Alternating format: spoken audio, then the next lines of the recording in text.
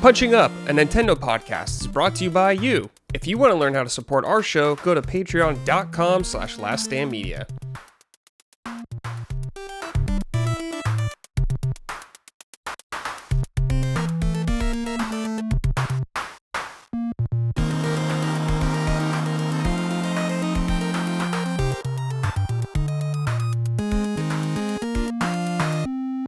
Hello, everyone. Welcome to episode 83 of Punching Up, Last Stand Media's weekly Nintendo podcast. I'm your host, as always, Brad Ellison. Joining me are my two co-hosts.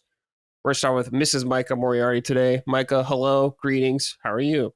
Hello, Bradley. Good to see you. Good to see Jean. Yeah, not great today. We were talking off air. We've been dealing with Treble having a mystery allergy. We don't know what it is, but she just keeps randomly getting hives. And she's fine in terms of safety. It's just stressful when you wake up in the morning and suddenly she's like having a reaction.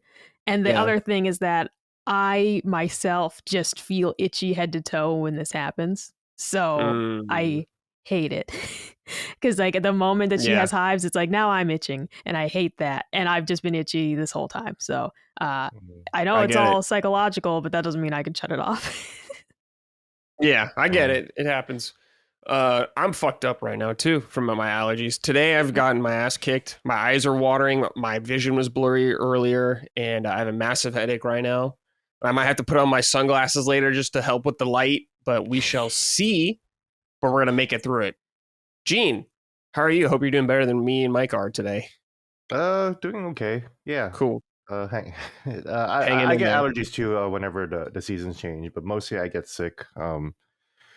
Just when the weather changes, when it gets colder and hotter, my body, my poor Pacific Islander body is just still not, after 10 years, still just not super used to weather changes. It's just not where I was born and raised in. So yeah, I get it. It's a little weird. Yeah. But other than that, we're good. Hey, everybody. Thanks for hanging out with us. We appreciate it. If you want to support us, go to patreon.com/laststandmedia. You can support us over there. You get early ad-free access to all of our shows and get stuff like Sacred Symbols Plus, which they just did a spoiler cast review discussion on Chronos, I believe. That was Colin and Maddie. Yes. So if you want to check that out, we got stuff over there. We got an episode of that every week. So if you're interested, check that out. That's patron only. But yeah, you get early ad-free access to all of our other shows. If you want some merch, go to lastdaymedia.store. Micah will send you something personally from their house. So cool stuff. We got some fun, festive stuff coming up later on. Absolutely. And I just placed an order as well for people who have been waiting for the Stealth Sacred Tea to come back in stock.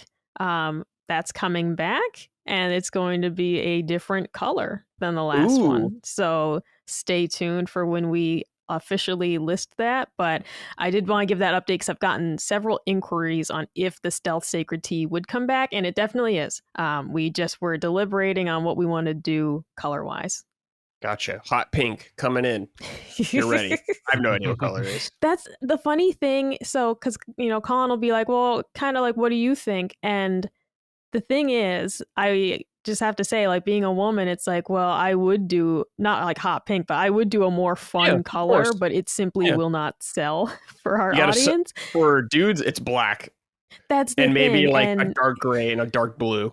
Exactly. So we have done black, like an almost like between like charcoal and black we've done before for the stealth teas. Very popular. The stand down tea that we previously did, that was black. And we've gotten people requesting more color because with the previous merch shop that was like the print on demand style, you had a ton of color options. But of course, historically, black was always the most popular. I would love to do something like a red shirt with the white logo or something like that, but it's just not gonna sell. So whenever Colin's like, well, what color do you think we should do? And it's like, it's what you and Dustin think a man would wear. Right. And maybe that limits us to 4 different colors, but it is what it is. Yeah, it is what it is. Bright red, though. Gene's got a bright red shirt on. Is that like a Genshin Impact shirt or something, Gene? Looks like one of the Genshin Impact characters on it. No, this is actually Susie the Sphere Hunter. Oh, okay. There you go. All right. Bright red shirt. Yeah, Gene is the outlier of, a cool, confident guy that wears bright colors. Mhm. And it's just one of those things of, yeah, we just have black's always the most popular for everything we do. So I would love to do more color ideas, and I think 10 people would buy it if we did Mhm. red or like a royal blue even. But Yeah. we're keeping it a little safer, but still different. It's still different. The last one we did was like this heathered kind of dark teal, which was very popular, and we're Ooh. doing something different from that this time. So I'm excited for the audience to see it. You know what color I like, Micah? I got this recently. It's this like green color. Anything earthy Yes, tones is good. I I do also like that. And that would be something. Of course, though, it's a PlayStation podcast. Can we do Yes. green? There is a Oh hint of yeah. green in the logo, Yeah. but that exactly. But if we ever That's did enemy a color. very, as if we ever did a variation on the Duke T-shirt, that would be cool to do like Yeah. a dark, kind of not olive green, but something the foresty green. Yeah, yeah, yeah. That would be cool. Yeah, red's for us, all right? For Nintendo. Let's see here. Marcus wrote in, Micah, in the UK, we always have chicken selects on the menu at McD's. Just had to annoy you and remind you of something you miss deeply. Wow, laughing crying emoji. Good day to you punchers. What is I this? gotta know though if they're actually the same ones. Like McDonald's Chicken Selects UK. Let's see. Because I gotta know if these are they look legit. Damn it. I was hoping that they were like I was hoping that maybe like no they aren't right. They look pretty right. They were the best. They were the absolute best. Oh, it's like they're tenders. Okay. It was the tenders, and they had a lot of black pepper on them. Like Ooh. they weren't spicy, but they were heavily seasoned. My sister and I loved the chicken selects, and like over the summer, my mom would sometimes take us to work with her when she didn't have a sitter, and so Mm-hmm. we would just sit in the break room all day at her office, and then she'd get us McDonald's. It was Hell fantastic. yeah.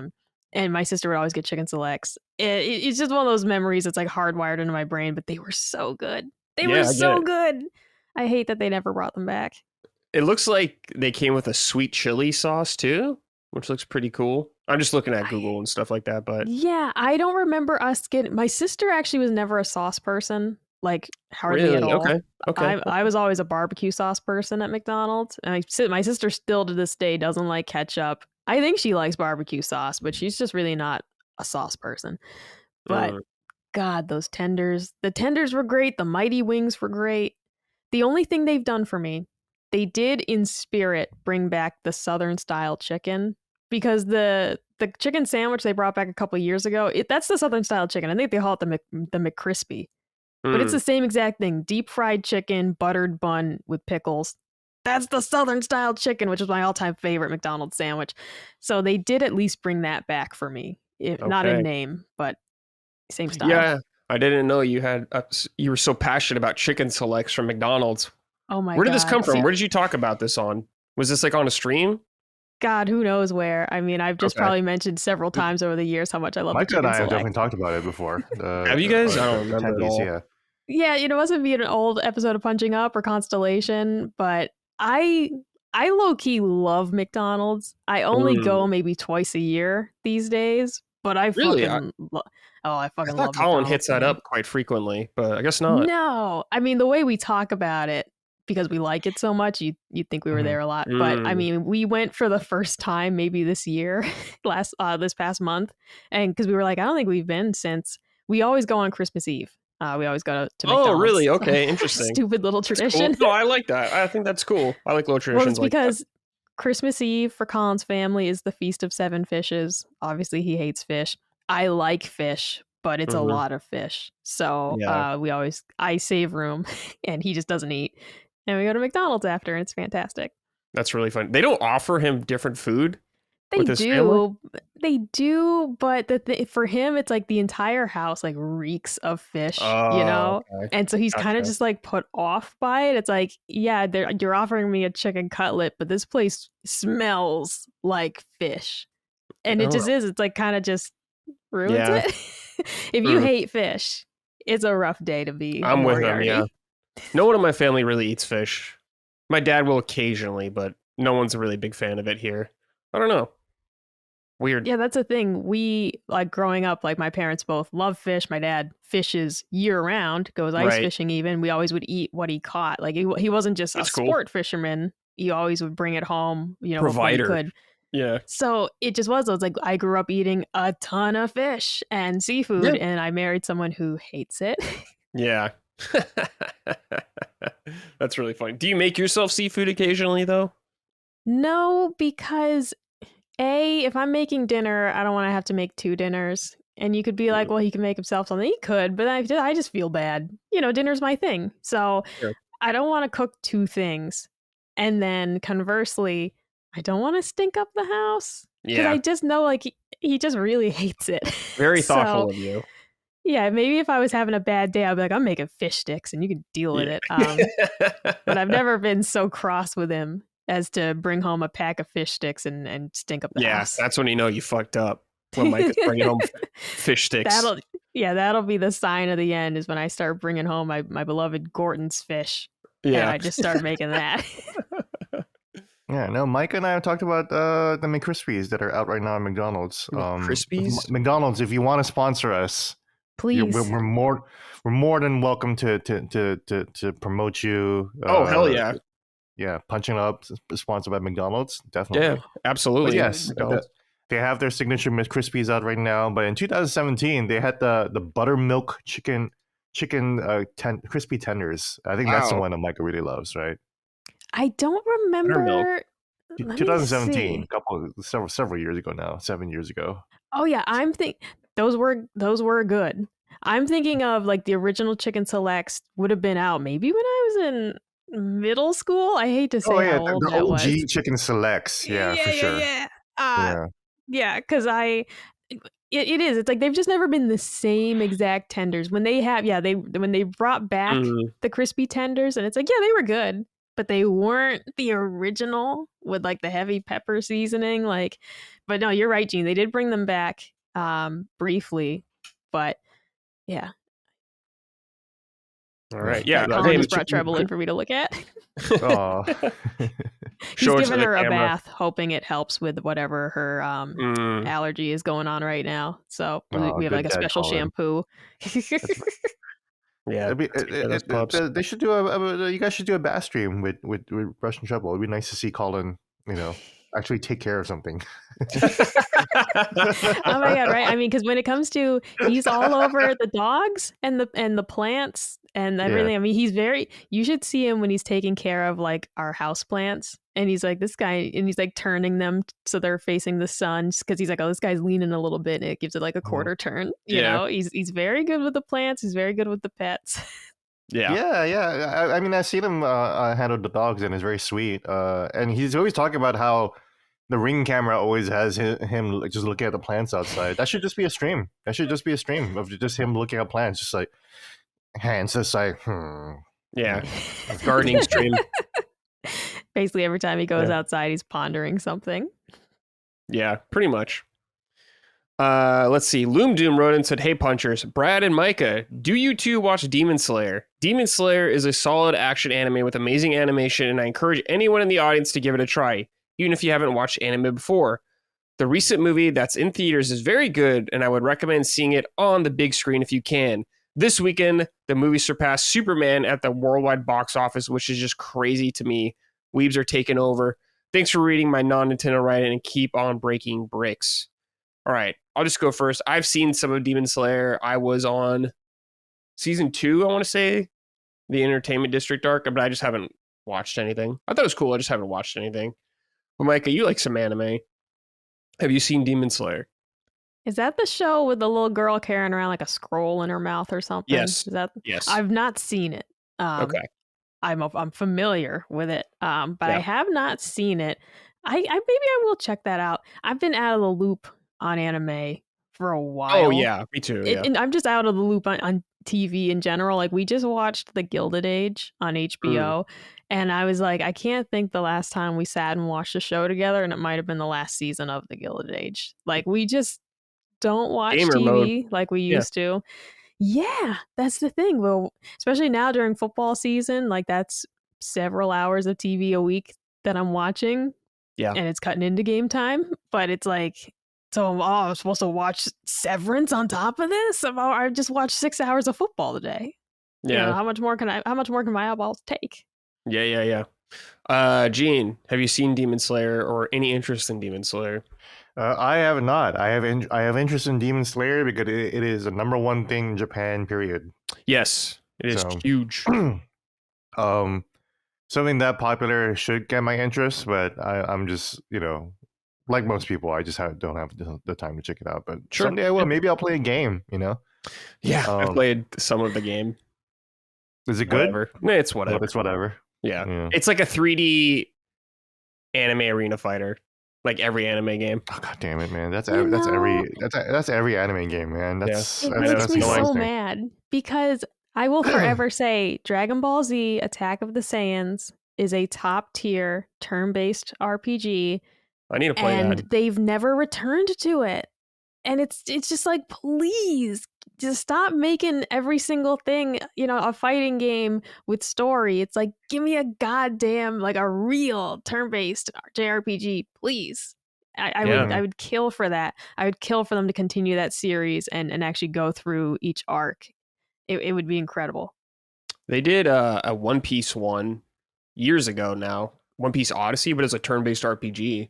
It was all right, but more of that. More not Muso stuff also. Exactly. Less Muso, less arena fighters, more RPG. Mm-hmm.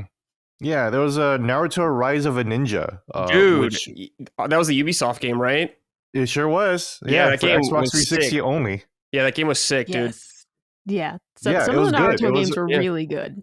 Yeah. It was a fighter, but like there was an adventure attached to it. You can explore the whole town. You can go through the levels and the forests, and like when the fights happen in the story, then that's when the fights happen. But it was way more engaging than just go through fight to fight and plot to plot. Yeah. Just before someone writes and goes, actually, I know. In some like the Naruto games later on, you can walk around Konoha and stuff like that. But it's different. It's not what we're talking about necessarily, right? Just covering our bases here. Yeah, Naruto Rise of the Ninja was a great start, I remember. And then they just like walked a lot of that back. Yeah, they're just like, they did do much work. But I never played it. The Broken Bond. The Broken Bond, yes. The sequel. I never played that either. Yeah. Oh, I did. I think I own that. I own a bunch of the Naruto games. At one point, when my first boyfriend and I were getting into Naruto, the show, and then we were like, bro, let's check out the games. And so then we ended up buying a bunch of the used games and playing through them. Do I remember that clearly? No. But I know I played it. I don't remember them all. I have a PS2 one, like a fighting 2D or 2D fighting game. I forgot what it was called. And I have the GameCube one, like the first GameCube one. That's like a more 3D one. Cool games back in the day. All right, guys, let's get into some news. Kind of light on news this week, except for a big story, which we're going to start off with, which is EA is to be acquired by public investment fund Silver Lake and Affinity Partners in the Saudi, I forgot actually the actual, the Saudi Arabian government, whatever their thing is. Let me read this. Public investment fund, Silver Lake, and Affinity Partners. Okay, so that includes Saudi Arabia and all that kind of stuff. I'm going to read just a lot of this from gamesindustry.biz.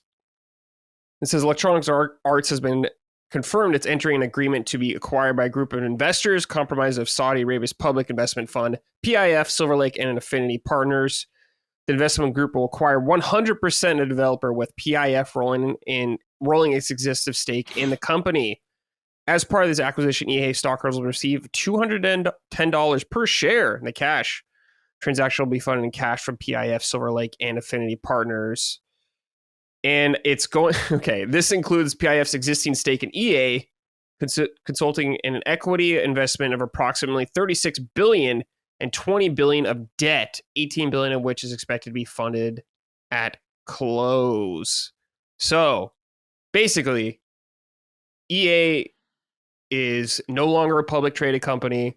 It's gone private, been bought out for lots of fucking money. Saudi Arabian government very heavily invested in this. They have been in games for a while now. They've been branching out into like stuff like esports. Of course, like live golf was a big thing. They've been reaching out a lot to the entertainment industry aside from oil. And Gene, I know you have some, of course, some personal beef with this Saudi Arabian government. Yeah, it's a little tough. Again, the Saudi government did murder my coworker Jamal Khashoggi at the Washington Post. They didn't personally do that. Well, I mean, they did actually, but Right. So it's hard. And also, this is very political, so I have to watch what I say. But it's crazy. Yeah. My first reaction is, I don't really have like a lot of love for EA franchises, honestly. Of course, there is BioWare. Yes. It's owned by EA. If people were worried about Dragon Age Veilguard being too gay, I don't think you need to worry about the next one being gay at all, if it even exists, because I feel like BioWare would probably be in trouble. Because they've they're not had making any money, they're not doing anything. They're just twiddling away with a Mass Effect, and no one is really sure it's going to sell that well, because as I said before, I think a lot of people forget Mass Effect hasn't really sold all that well, honestly. It's sold well, but it wasn't Halo numbers even, Yeah. So we'll see. And that said, I haven't really had much love for BioWare in a long time, because they haven't really made anything that good in a long time. So whatever, Yeah, I understand that. Yeah, even without this, I feel like BioWare was in big trouble already.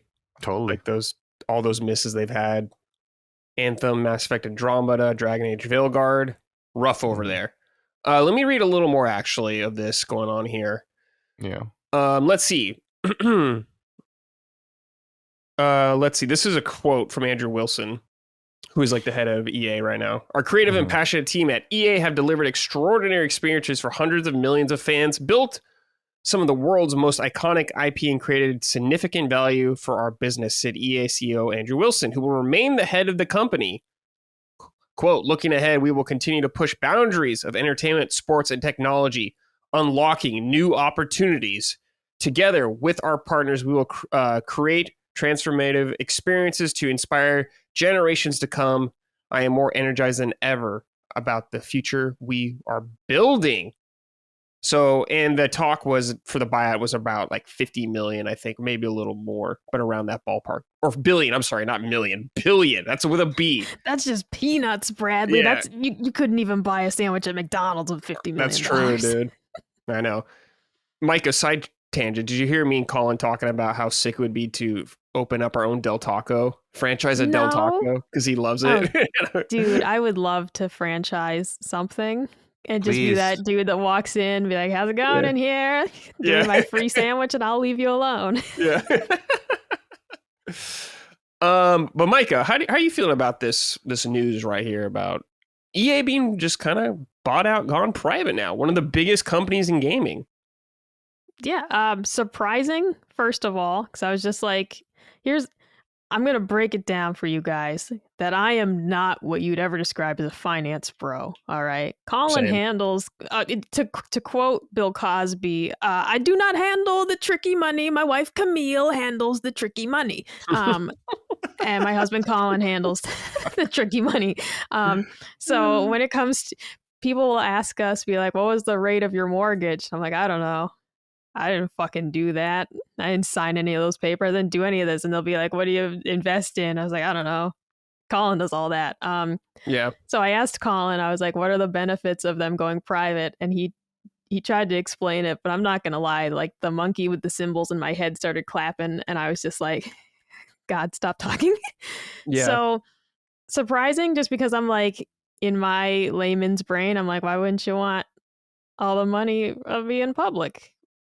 So the only thing I can really speak on with any authority is I'm disappointed in the further involvement by the Saudi government in gaming for various human rights reasons, things I just disagree with their Right. practices on. And so I really just feel disappointed. I will say EA is a company that I can potentially avoid somewhat easily. Like I think the only EA game right now that I wanted was Plants vs. Zombies, the remake. Mm-hmm.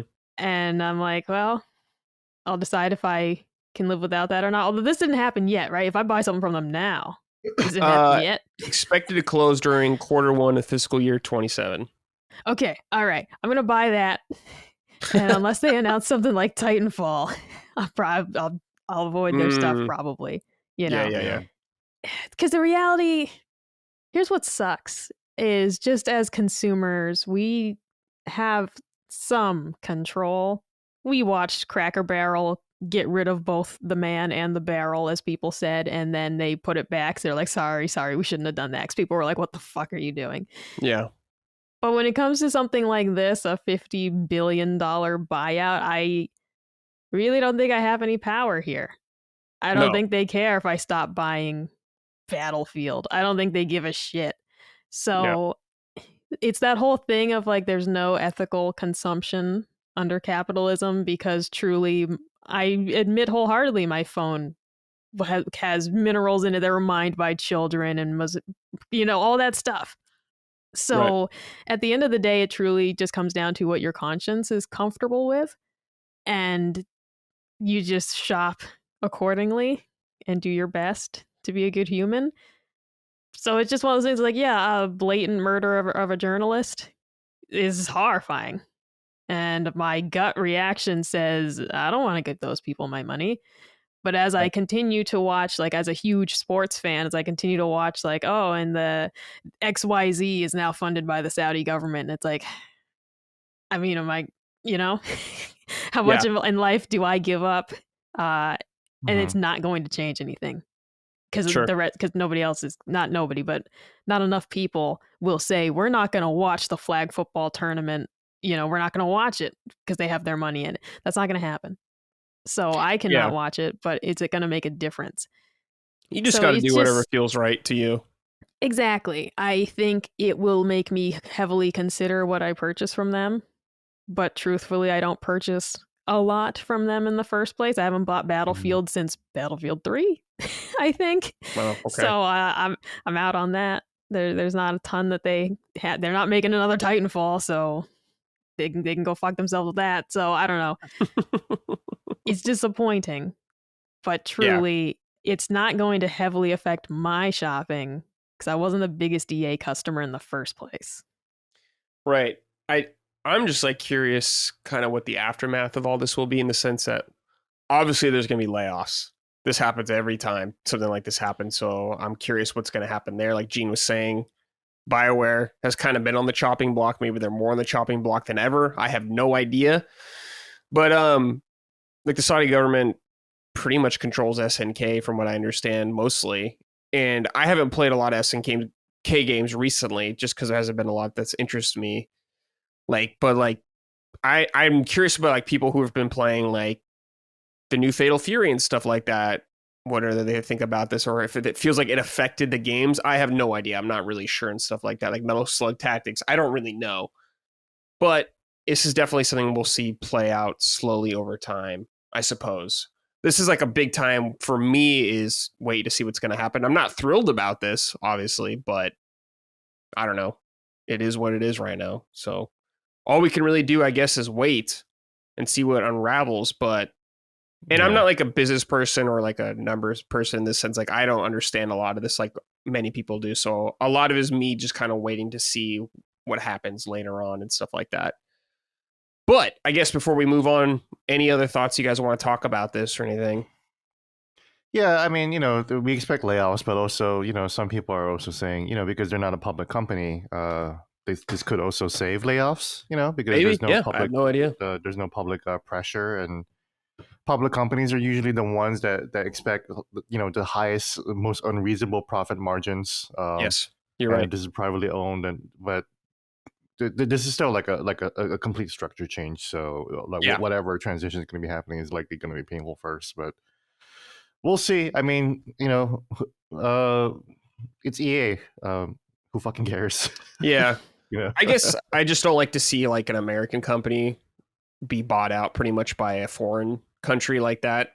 that's a funny thing. And then Trump is always like made in America, and then his son-in-law is like, Yes. well, let's get in on this. I guess I don't know. Yeah. And they're like, he's involved, so that's still made in America. Well, Yeah. okay. Business gene. I don't know. Business people are a whole different league than me, like of That's understanding or thought that's logic. the I don't know. thing. Like, to put it in the sports perspective, Tom Brady announced that he's going to be playing in the Saudi Arabian flag football tournament. This is Mm-hmm. huge.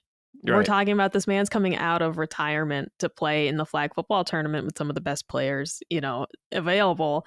It's going to be insanely popular because Yeah. people want to see if Tom Brady still got it. People want to see what he's capable of, and the other players that are going to participate.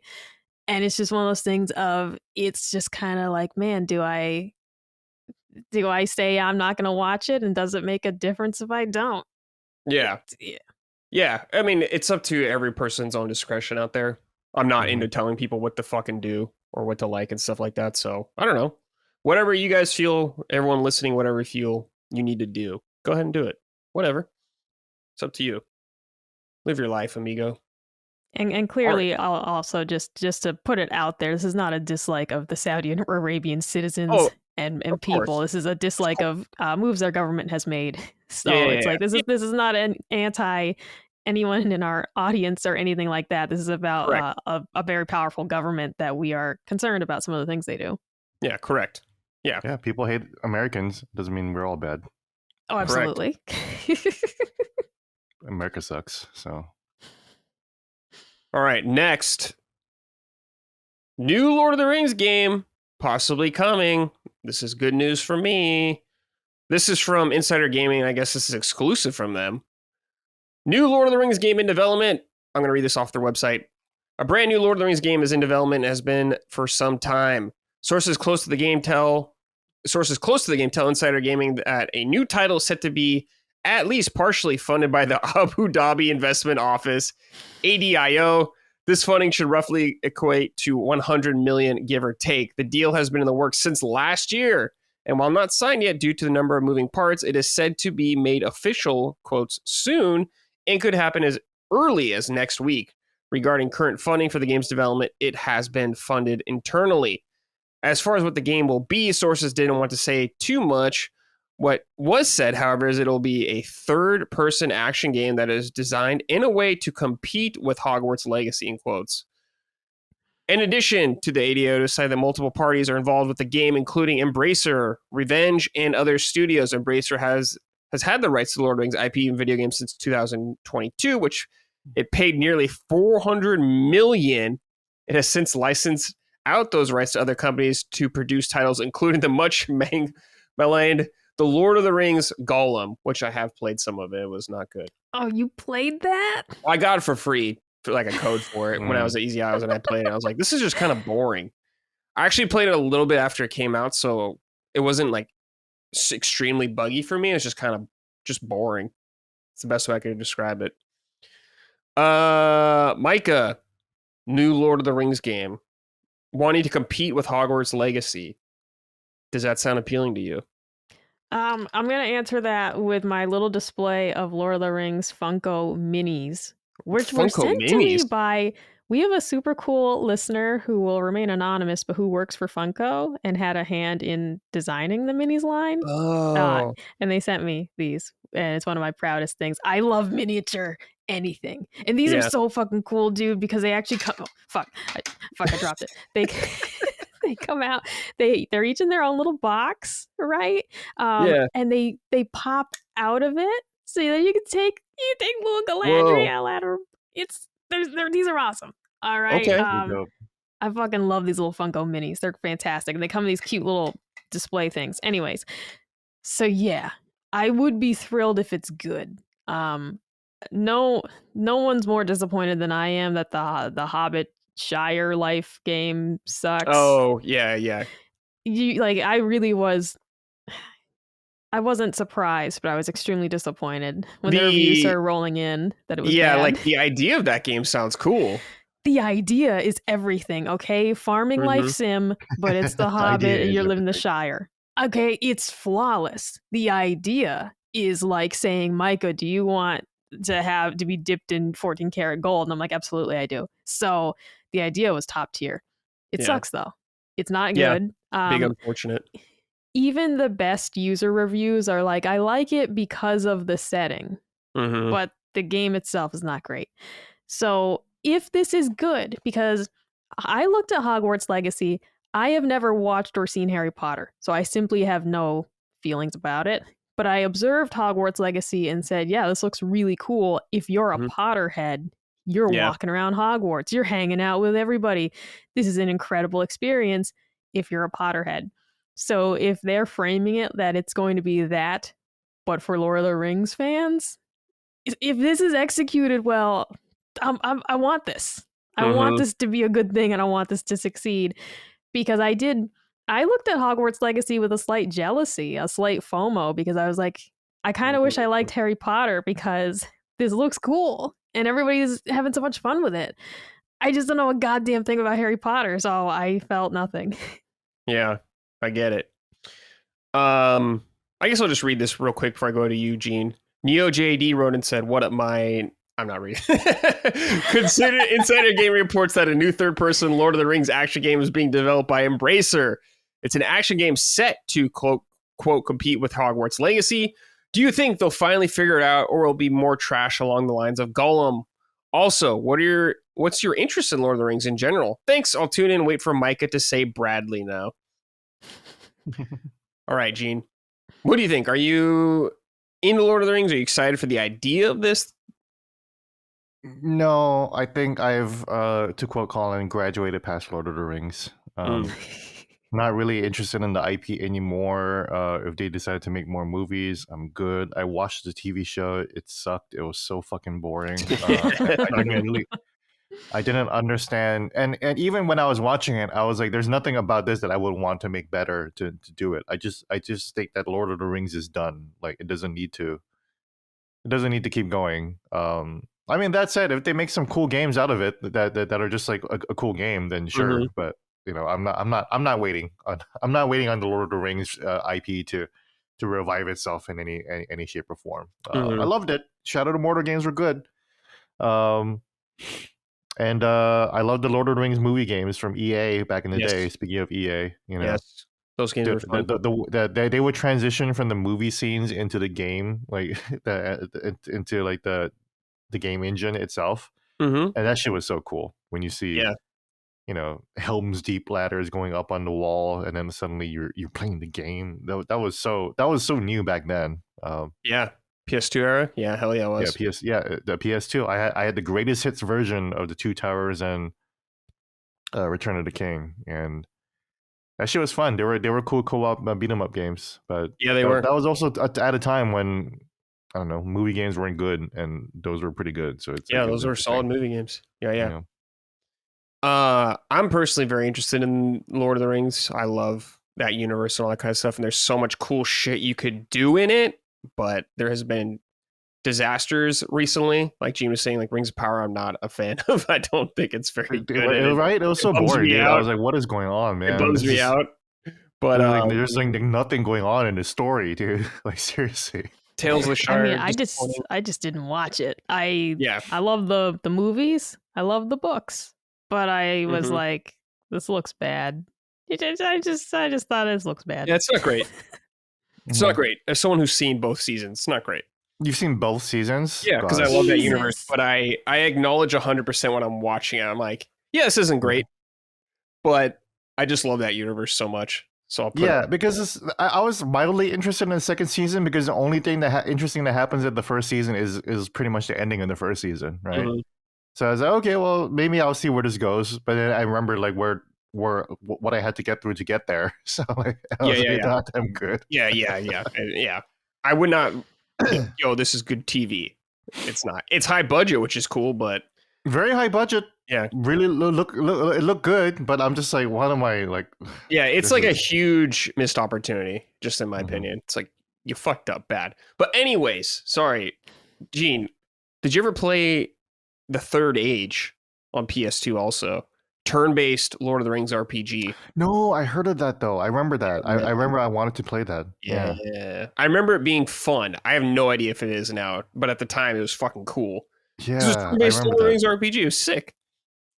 Dude, like there were like Lord of the Rings games on NES too. Yes, they were. There Lord was of like the the Hobbit Rings game on games. PS2, GameCube, and like Xbox, stuff like Oh that. yeah, the Super Nintendo 1984 game. It was a action role playing game. Dude, I played the shit out of this stupid game. If the character dies, the death is permanent, and player cannot use him for the rest of the game. Yep, that was That's pretty crazy. tight. Yeah, if Some Fire Samwise Emblem dies, shit. it's over for Samwise. Wow, dude. That's That's that's the depressing. story of Samwise Gamgee. He's dead. Yeah. He's fucking dead. Some Oregon Didn't Trail make it to shit. Mount Doom at all. Yeah. That was a crazy game, dude. Like, see, that's what I'm talking about. Like, that game was crazy. Mm-hmm. And then so to get like a straightforward like action game like the Lord of the Rings movie games was like, oh, thank goodness something that's just like no frills or whatever. But yeah. There's also the Lord of the Rings MMO still going, still getting new expansions, and that thing's like probably 20 years old or something like that. So still cooking there. But yes, I want a good AAA Lord of the Rings game. God, I hope it's good. I'm not expecting it to be good. I won't expect it, but I hope it's good. Because that universe is really cool. A lot of cool shit could happen there. But I'm excited at the idea. But we'll keep those expectations big time in check because, you know, that's how shit goes sometimes. Sometimes you get got. Sometimes you get good. Yeah, I mean, after you know what, Gollum and the Shire, my Yeah. expectations are very low. I would actually be pretty stoked for a turn-based RPG based on Lord of the Rings from the Expedition 33 guys. Like they shouldn't be wasting their time and talent on an IP. You know, they should be. I'm glad that they're creating original stuff like Expedition 33. Yeah, but if we can clone them, that would be a cool turn-based RPG to get. It would be from cool. them. Yeah. So, yeah. Hopefully that rumor about Warhorse making one is true too. Because that'd be cool. That would be interesting. If it was just Kingdom Come but Lord of the Rings, dude, wallpaper, hell yes. To be amazing. But the best we're gonna get, they're gonna make the announcement. It's gonna be like Bloober Team's making it. It's like, no! He's like, they never made a game like this before. What the fuck? No, what are we gonna? What's it gonna be? But no diss to Bloober Team. Yeah. They've been rising through the ranks slowly. They have. Yeah, they're like news just broke that they're producing Silent Hill 1 now, which is like, okay. As I said on Summon Sign yesterday, I was like, I hope the people who make Chronos are making it. That's all I'll say. There you go. That's the thing. Yeah, Colin really likes Chronos. I do like Chronos, but I do laugh every time Bloober Team like pops up on the TV on the splash. I'm like, Bloober Team. It's the worst company name. I hate video game studio names. Bloober Team is bad, but also Naughty Dog is stupid too. Let's be real. Naughty Dog is a bad thing. I gotta bring it up. There is okay, Yummy Yummy Tummy is my most hated. They make the Fallen Legion games, which I love Fallen Legion, tummy. But it's like Yummy Tummy. Yummy Tummy. Yeah, why did they sound so like? That's like some perverted shit. Yeah, I don't like that. Naughty Dog, Sucker Punch. Yeah, that's a little too much for me, dude. Even Bungie is a stupid name, honestly. Oh no, I like that one. I don't like their games, but I like that. It's better than all the others, but it's like Bungie. It's like, okay. Yeah. I'm trying to think like what the coolest game name is for a company. Hard to say. There are several. Bethesda is kind of lazy. It's like, we're just named the city that we're next to, but it's all right. See, here's the thing. I didn't know that Bethesda, Maryland was a place until 2 years ago. So I thought it was like I thought it was a cool wizard name. I was like, it sounds, if you've never heard of it sounds like a pretty cool name. Yeah, it's cool wizard name. I mean, like Santa Monica Studio, like whatever, dude. Like they don't give a shit. Yeah. Yeah, just where you at. I guess it's a traditional name or something like that. I named my Roomba after RGG Studios. So it's, it's Roomba Gagotoku. So that's a great name. Funny. That's really funny. Oh, dude, yeah. I wake up every day and it's like Roomba Gagotoku has completed his cleaning routine. It's like, thank you. That's awesome. It'd be cool if you could say things in Japanese for you. Yush! I wonder if you can change. Here's the thing. I shut off the voice because I hate that Roomba talks because it just creeps me out because it'll just be like stuck. move Roomba, and I'm like, don't talk, don't talk. Oh, The it'd be app will nice if you tell can. me. Yeah, it'd be cool if you can Yeah, switch what to if I could change Japanese. it to what if I could? Yeah. Yeah, I wouldn't know what it's saying, but it'd just give be that a so shot. charming. I'm gonna Yeah, check that would the be app. cool. Yeah, you'll feel like you're in Japan a little bit, where Mm-hmm. you Oh, have a little dude, Japanese buddy. that'd be awesome. Yeah, I got to see if they have Japanese as an option. That'd be sick. Okay. Yeah. Switch to Japanese. Hmm. Because it'll be like, charge me, and I'm like, don't. Because it's just startling. It'll be like 10 o'clock at night, and Roomba is like slightly off the charger. It'll be like, charge me, and it startles you every time. Shut up, So I Roomba. just shut that shit off. Yeah. I don't want to hear that robot talk, dude. No, Shut up, Roomba. I Go do clean give it something. little pats on the head to make sure it doesn't kill me later. So Uh-oh. I think Micah's Roomba likes preparing me. for Detroit Become Human. It's got a camera on it, man. I got to make sure Roomba's not trying to, record my life and disseminate it out to the internet. With Robots don't have mercy, so it won't matter. That's why I give it the head pats. I say thank you. I tell it a good job every once in a while. I help it when it's stuck. I say, "Oh, I'm sorry, Roomba." I try. Preparing for Skynet. I get it. All right. Kind of a slow week, so I thought I'd bring up something else. This week, 2 must-play re-releases, in my opinion, are coming out. One's out today. Gene, do you still have it right by you? You showed us it to earlier. I sure do. Final Fantasy Tactics: The Ivalice Chronicles. Yes. I was going to save my money because I'm a little low on cash this month, and I canceled the pre-order, and I canceled my pre-order for Sonic Racing Cross Worlds. And then after that, I was like, wait, but I need Final Fantasy. I need Final Fantasy Tactics. I'm sorry. Yeah. I know it's not like my favorite game of all time, but like this re-release is something special, and it is a great game, and I have been missing it for like years and years. And then so as soon as I saw like I rewatched like the intro and like the graphics and everything like that, I'm like, no, actually I need that game. I can. The music. It's a Switch One version too, so $60. It's awesome. It's fine. Wait, it's 60? I thought it was 50. Is it 50? It might. It's I cheaper. bought it on right? PSN. It was 50, but yeah, maybe I don't know. I'll look. $50. 50 bucks. Yeah, well, 50 I bucks. had my Amazon link up. Dude, what a steal. So whatever, it's a cool package. I'm excited to dig into it. I'm finally done with Silent Hill F and Ghost of Yote, so it's like, let me just enjoy this on my own time. I'm not going to review this, whatever, It's a Gene game. Yeah, it's for Gene. Yeah, this is just a nice cozy game for me, or it could be a great. I would say I would save it for winter, but it's like I want to fucking play this right now, like right after we get off this phone. So, listeners, that game is a great game any time of the year. I'll just say that. Yeah, I am fucking thrilled this game is out. I adore this game. I haven't played it since it came out on PSP when that was a while ago again. Man, I cannot wait to revisit this game. Micah, I'm so pumped for you to play this too, because you love tactics RPGs, and this is like the one that put them on the map for a lot of people, including myself at the time. I cannot wait to see what you think about this game. And they added voice acting and all this kind of stuff like that. So sick. Man, Ben I'm Starr. hyped. Yeah, he's in it. Yeah. He's just gonna be in every Final Fantasy game now. Yeah. If I was Ben, I'd do the same thing. I'd be like, yeah, put me in everything. Yeah, just put me in every Final Fantasy game. Yeah, I mean, his dream is obviously to get into an FF8 remake, and he's likely pushing for that behind the scenes the whole time. Yeah. So I mean, shout out to Ben for that. Like that's cool. Like I can't hate on that. So. Mm-hmm. Micah. Yeah, this is a game that has been recommended to me for years. Like you will love this game. You'll love from this. the start of my YouTube channel. Once the viewers kind of started to get an idea of the things I like, I would get this game recommended to me like monthly. Maybe even more than that. But it's like I'd post a video and people would say, "Oh, you gotta check this out." But it just wasn't a game that was easy to play. Because it's like, I don't know, man. I'm not trying to go scour down. Was it on PSP? Originally, it's I'm not trying to go PS1. find that. Then they did PSP. Yeah.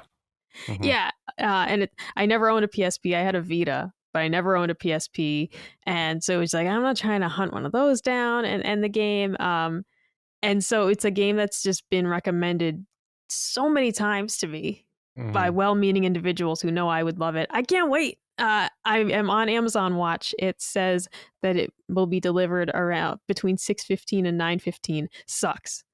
Oh, that's Sucks. great. Yeah. Oh yeah, dude, Amazon, like in this neighborhood there's 2 Amazon trucks every day because there's so many deliveries. Yeah. So you're either in the early window or like the late window, which can go up to like 10 p.m. So, and Amazon, I don't know if it's doing it in all regions. Amazon now does a thing where they deliver between 4 and 8 a.m., which is weird. That And is weird. I always don't click that option because I'm like, I'm not waking up until like 11 to 12. So don't Right. do that. But yeah, so we're on Amazon Watch. We're hoping it gets here earlier. But I got to decide if I want to finish Borderlands 4 first. Hmm. I think Just according finish. to the IGN walkthrough, I'm somewhat close to the end. We'll get into that later. Yeah. Yeah. But Just finish it. I kind of want to start this though. I feel like this is a game you can kind of pick up and play pretty easily in a lot It's of ways. more like if I pick this up, will I return to Borderlands at Oh, all? okay, fair. All right, fair enough, fair enough, fair enough. And Yeah, we'll for get it. you, We'll I get don't into know. that in what we're playing. But Yeah, for you, I don't really know. God, I'm so But excited. yeah, I just wanted to highlight this game because this is a big deal. I think coming back, it's been a long time coming. It's been highly requested, so it's It's a great big to deal. have it on modern platforms, and I'm really happy to go through it again and for people to experience it the first time. Hopefully, feel that joy that so many other people like me and Gene have experienced over the years with it because it is a really special game. So I hope it does well because I would like to see more Final Fantasy Tactics games in the future, brand new ones as well. So hopefully we get that. Also, tomorrow we're recording this, or I'm sorry, Thursday. This is Tuesday. Thursday, this comes out. Mario Galaxy 1 Plus 2 is coming out on Switch, and there's going to be a Switch 2 version as well. I don't know how I cannot sing higher praises about this game. Both these games together, and I think these are must plays. Absolutely, if you have not played them, Micah, I don't blame you for not trying these because I know you don't like 3D platformers, but these are it, dude. These are the fucking ones. These are both tens in my opinion. Must play video games if you like video games at all. Gene, I know you're a fan of these as well. Are you going to be dabbling with them at all? No, I actually got offered a review code, and I'm like, dude, I don't even have time to play these, Mm-hmm. and I kind of don't. I'm kind of not really in a Mario mood. I'm platformer out right now. You know, Platformer out. Donkey Kong Bonanza made me, pregnant with platforming goodness. Yeah. And then to play Silk Song after that, like I want to throw up. So, that's why it's been so nice playing Silent Hill because it's like, oh, I don't have to jump or anything. I'm just Jumping. fighting and bashing and exploring. Mm-hmm. Obviously, Mario Galaxy is one of my favorite games of all time. It might be up there in the top 10 of all time for me. Mario Galaxy 2 is just as good, if not better, arguably. Honestly, like some of the levels are just better than in Mario Galaxy 1. I think that's where I like Mario Galaxy 1 better, but I completely agree that there are a lot of parts about Galaxy 2 that are just better. Yeah, I think 1 has like a better narrative aspect. Better narrative. There's a more cohesive world. There's the hub world that Galaxy 2 lacks. Cool. I really like I really miss the hub world. I love hub worlds. Yeah. It gives you a nice cozy feeling. Reminds you of Princess Peach's castle. That's missing from Galaxy 2, but Galaxy 2's levels are bangers. Yes, they're so good. Yoshi, and it's been such a long time since I played them, so now I'm working myself out to get excited to play it. Actually, because it's been so long since I played it. It'll be such a trip to revisit it. But I actually haven't played Galaxy 1 in a long time too. So it's like, that will be a great Christmas playthrough. Playing Mario games on Christmas. That's the dream. That's like the jolliest thing you could possibly do. Yeah. Yeah. Maybe eat some pie while you play it, or I don't know how you could beat that. It's just that fucking good. But yeah, Micah, I know you probably don't have any interest, right, in checking these out. If it didn't make me motion sick, I would. Oh, that's right. But yeah, like that. Galaxy, like those games specifically, it's just the roundness of the worlds that you traverse. Of course, it's not every minute that you're playing, but there's a lot of it where Mario's like running around a small globe, and it just makes me feel bad. So, and it's just one of those things. It's like, do I want to try this out for $70 and maybe be like, I can't play it. Be like, here you go, nephew, you can have it.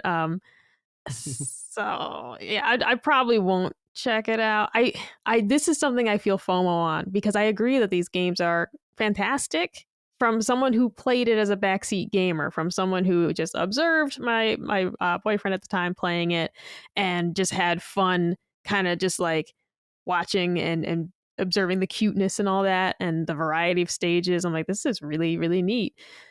But when it was actually my turn to control things, I found it to just be dizzying. Yeah. Okay.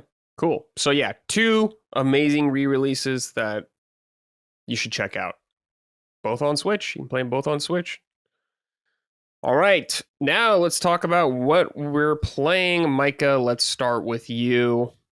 What have you been playing? Yeah, so chipping away at Borderlands 4. I'm just mainlining the game at this point.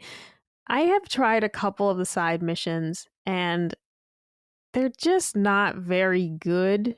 I want to highlight though, they did fulfill their promise. As I mentioned last week, like they truly have fulfilled their promise on dialing down some of the immature humor that people found grating, dialing down the potty humor, for example. But that doesn't mean the side missions are fun. Um, I just I've done a couple of them to try and level myself up. Like, 'cause the main quest will say, it'll be like easy, normal, or hard, basically based on your level. And it's like, oh, all right, I should level up a bit. I have given up on leveling up, and instead I'm just throwing myself at the wall until I get through the mission. Because when you kill enemies, they don't fully reset. So if you get downed and you go back to the arena, the guys you killed are gone. So even though the mission is rated at hard, I'm like, oh, I'm just gonna keep coming back until I kill you all one by one. Yeah. Because the side missions are just not fun.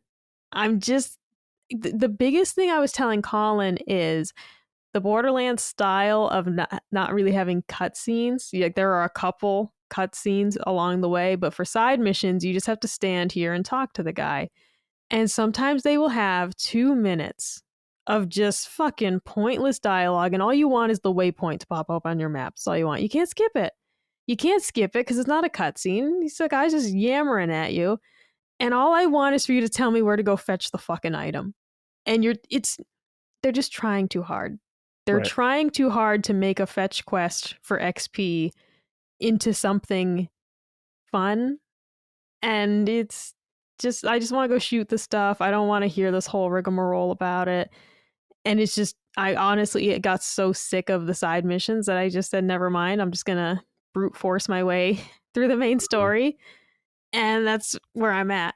I did consult IGN's walkthrough just for like the list of missions for the main story, and I'm quite close to the end. Like, I don't know how long these final missions are, of course. This could be a situation where one mission is, an hour and another mission would take 3.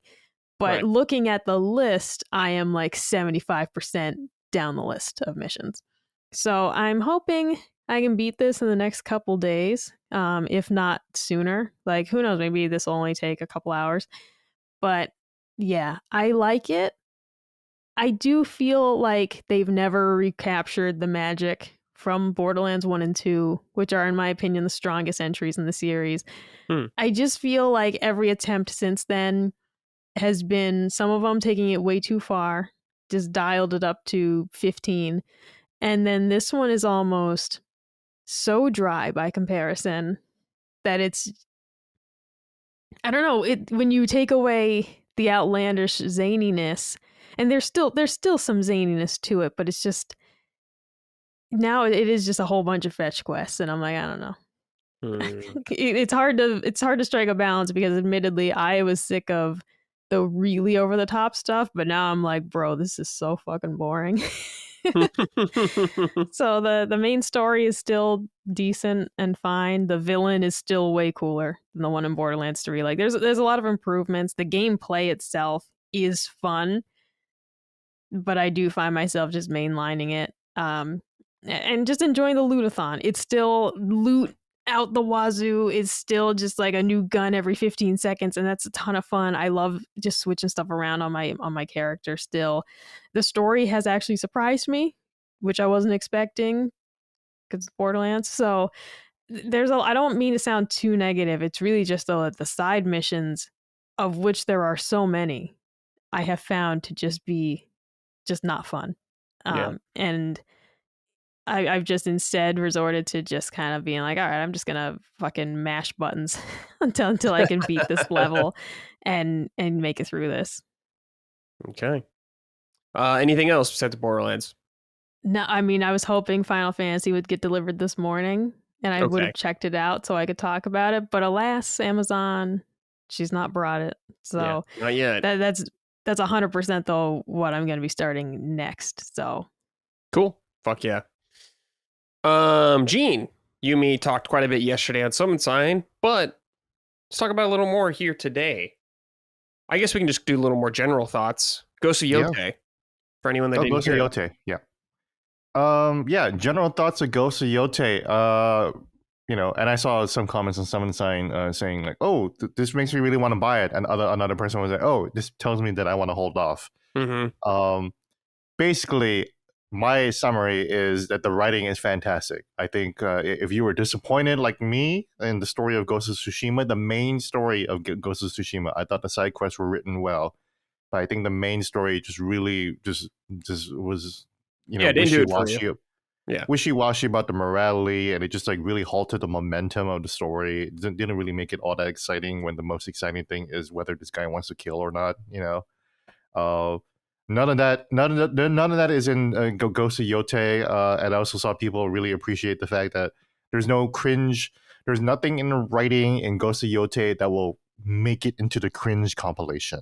There's no weird modern language thing. There's no weird like social commentary that just feels a little bit too on the nose about what's going on No right now. millennial writing. No millennial writing, none of the snark. No, like, well, Atsu's right behind me, isn't she? Like Yeah. not the ghost is right behind me, huh? Oops, or wow, you're wondering how I got here. Yeah, my family got slaughtered. No, none of that shit. It's very, very serious, but it's also warm and compassionate. It's just good blockbuster story writing. And it's a revenge story. Mm-hmm. And you might wonder, like, well, it's a story about her family getting murdered, and now she wants revenge. How cool could that be? Yeah, that's you could just say that about any story if you just stay like that. But it's about how that story unfolds and what she goes through to kill these people and what she's feeling to kill these people. All of that is very, very compelling. It was very interesting. Every single step of the way, I was always really, really interested in what happens next. Even when I thought it was going to be boring. So that's where it comes to the gameplay part. Where I love Ghost of Tsushima. I thought Ghost of Tsushima is kind of like the best PS4 game after Bloodborne in terms of gameplay, for sure. Not story, but gameplay. I just thought it was a fantastic game. I played hundreds of hours in it. Awesome open world game. Very basic though, Mm-hmm. right? Mm-hmm. Didn't really do anything to shake up the open world formula. It just did it really, really well and in a satisfying way. And I think Ghost of Yote repeats that, but doesn't really do much more to the formula. So if you're bored with the gameplay of Ghost of Tsushima, I don't think there's a lot here in Ghost of Yote that will change your mind. Otherwise, unless you're really, really drawn in with the with the different weapon system, which again, as I mentioned, really doesn't change the game that much. It's mostly just there to oh, the dual the Kurisagama is for shields and the spears are for the big guys. That's pretty much it. You know. But all the animations are unique. There's no repeated animations. Jinsakai. There's no hint of Jinsakai anywhere in the movement or actions of Atsu. She has her own animations. Her kills are brutal. They're fun to look at. Using the different weapons feels fun because they're cool to use. Um, and it's just better than Assassin's Creed Shadow, which was also about a girl whose family is killed and she wants revenge. But that story didn't really do anything. It's like she forgot about the revenge like halfway through, and it just started to be about something else, and then it just ended like really, really poorly. And Ghost of Yote is just more riveting. It's just like so. Even when you're doing like Ghost of Yote has so many of your typical walk and talks in open world. This is the same format of storytelling that has been in open world games since Grand Theft Auto 3, where you're driving to another place and you just hear someone talk. Wasn't even Grand Theft Auto 3? Yeah. There was in Grand Theft Auto 3. You had to pick up Yeah. you had to pick up some people and drive them to the Italian restaurant, or pick up someone's girlfriend, and then she's just talking your ear off as you're dropping off. It's the same thing here in Ghost of Yote. You're gonna jog right next to another person, and you're all talking in the same format, like you're not jogging, and or riding a horse to another destination. But it's the writing that makes that interesting, where they're talking about what's about to happen next, or what emotions they're going through, or you're actually kind of excited about what's about to happen next. So that's why you kind of tolerate what's going on. And even when it is boring, when you get to the destination, when I thought a story was like, oh, this is just another story about friendship, I guess, another side quest about friendship, the story would just throw a wrench in the works and add a twist that's kind of interesting and changes the dynamic of the relationship and the quest that you're in. So really interesting stuff. I think Micah will have a great time watching Colin play it. Oh, absolutely. Yeah, it's just a great story. It's like watching a great like a really good Hollywood samurai movie. Because just to cut in and say, it's been really fun to watch Colin revisit Ghost of Tsushima because I love that game. Oh, that's right. He's been I playing it now. Yeah. Yeah, I loved Ghost of Tsushima. I really enjoyed playing it. I thought it was a fantastic story, and I really enjoyed the gameplay. The only reason I'm not playing Yote is just there's not like an easy way for me to play it. But I am excited to see the story and watch Colin play through it because I do really like Ghost of Tsushima. I have a Jin Sakai shirt. All right, that's right. Yeah. But yeah, I'm stoked about this game coming out. It's just one that if it was on Xbox, I'd play it. If it was on Switch, I'd play it. Right. I just don't really want to play it on PlayStation.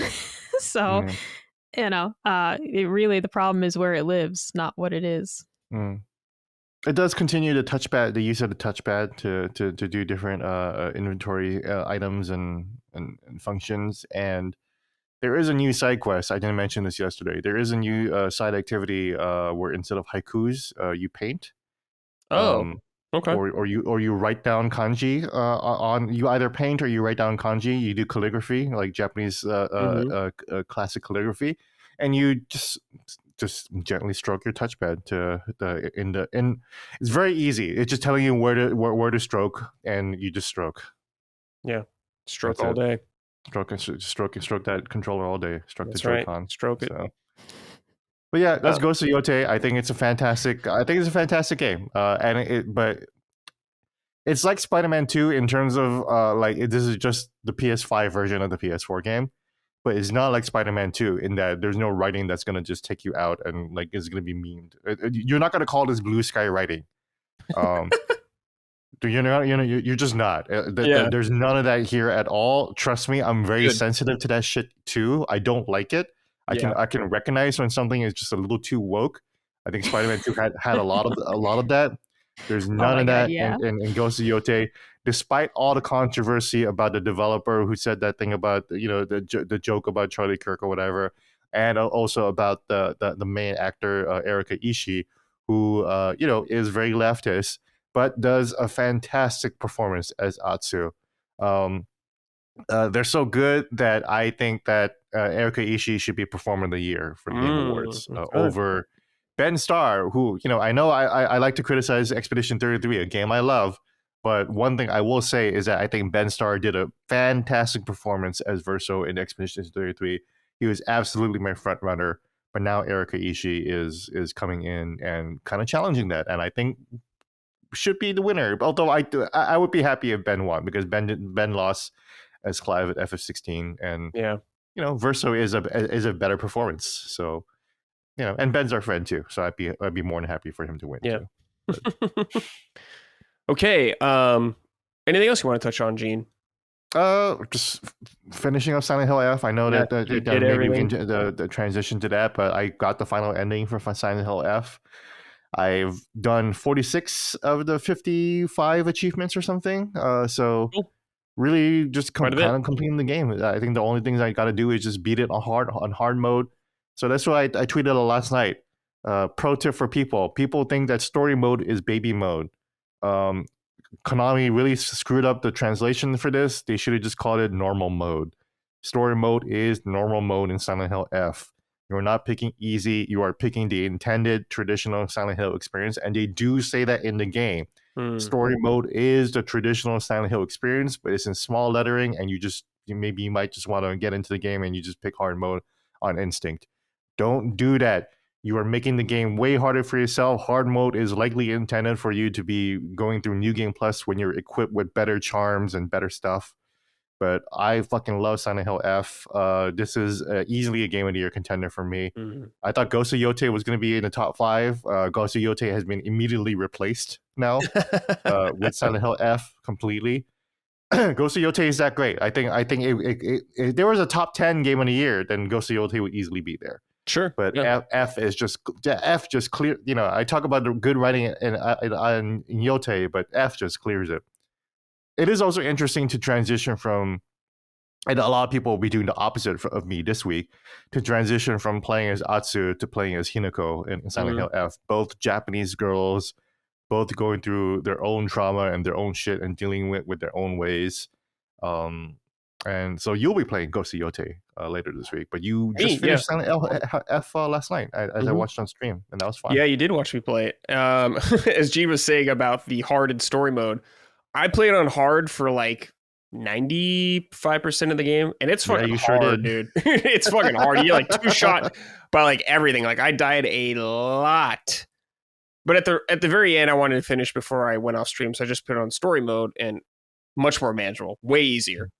So, I mean, it's possible to beat it on hard. It's just going to be a struggle because survival horror games. I'm always like, yeah, I want to feel the resources and the ammo management, all that kind of stuff here. But like, I don't know, it just feels different.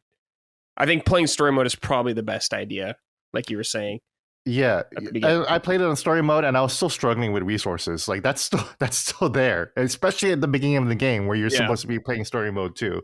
So, a lot of people seem to be getting filtered. A lot of the complaints I feel like from Silent Hill F are coming from the fact they're like, oh, the fucking combat sucks, and it's like, well, the combat sucks because you suck at it, honestly, because you're playing hard mode. I'm sorry, that's what it is.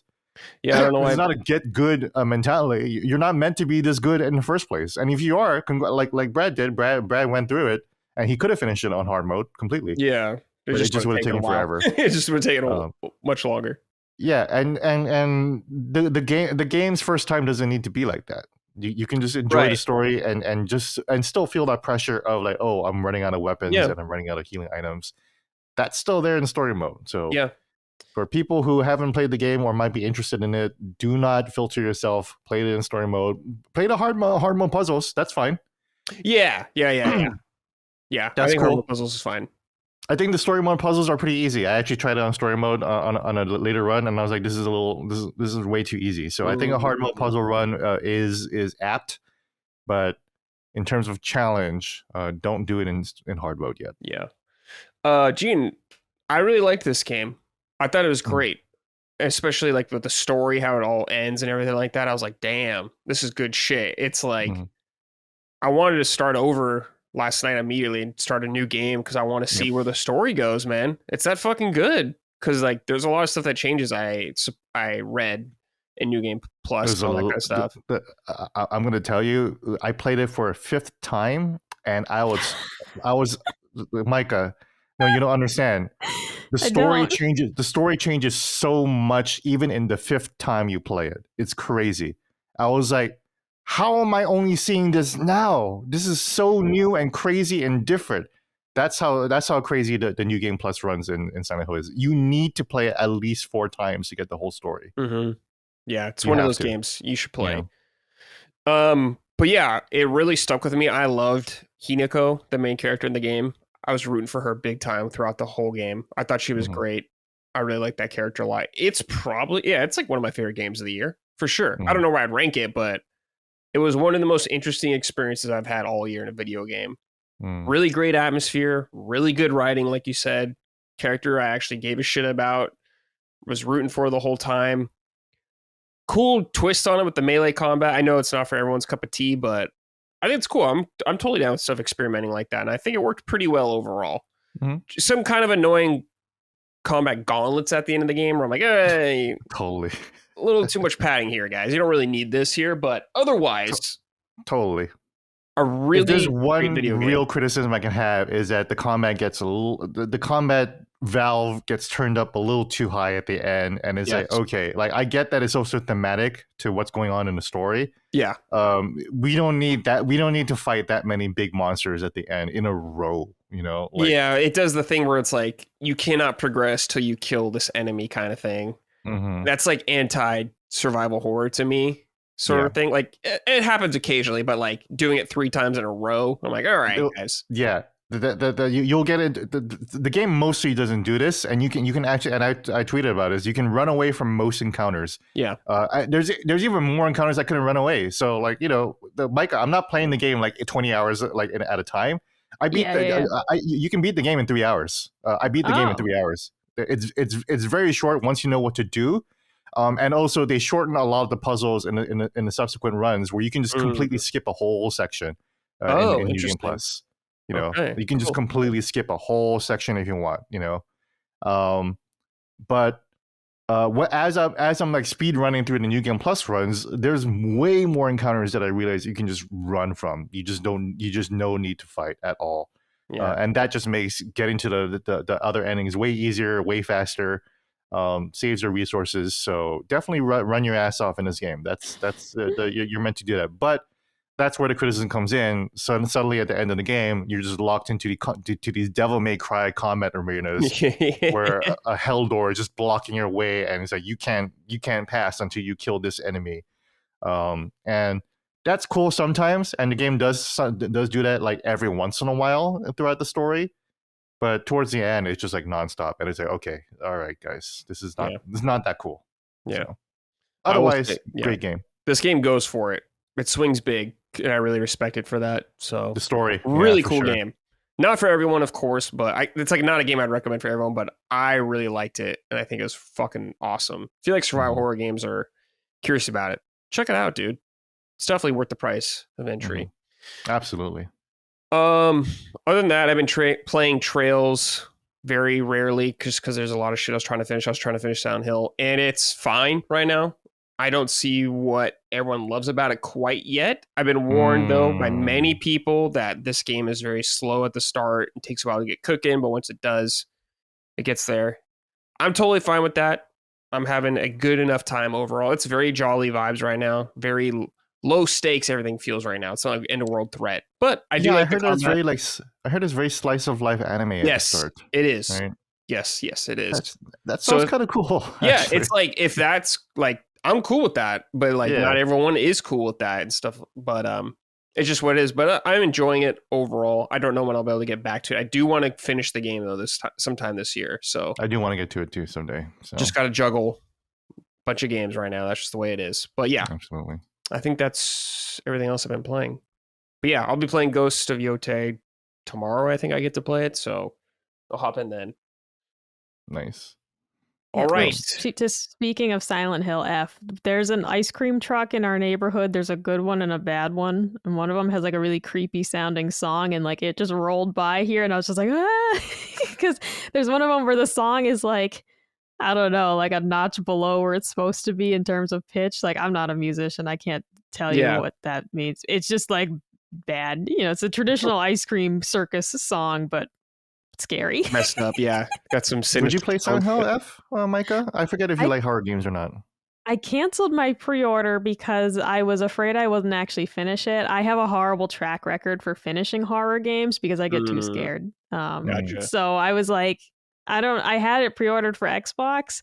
You guys are kind of convincing me to maybe try it, but I don't know if I'm actually going to be able to finish it or not. I have such a bad record at actually finishing these games. It's good. I don't think it's like what was too scary for you, Micah?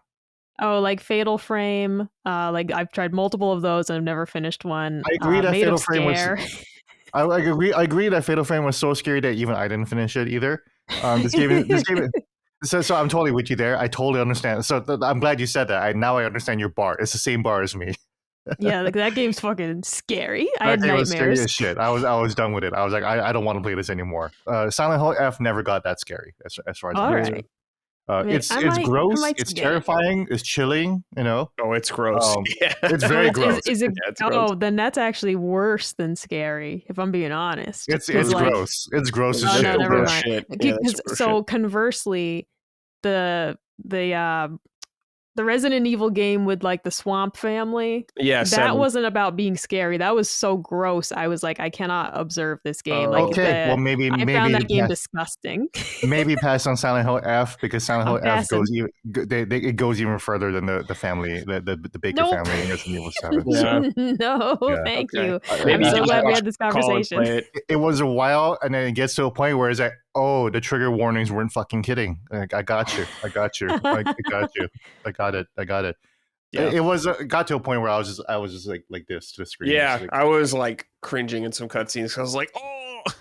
I was like, Oh oh no. yeah, no, I am not someone who is like I'm not bothered by like Borderlands level like cartoony violence. Like when enemies get blown apart in Borderlands, it's cell shaded and silly looking, right? Mhm. But things that are more realistic looking, I definitely don't like. And I mean, just for example, Colin was cracking up the whole time we watched through Game of Thrones together because I'd never seen it, and we watched through it for Knockback a couple years ago.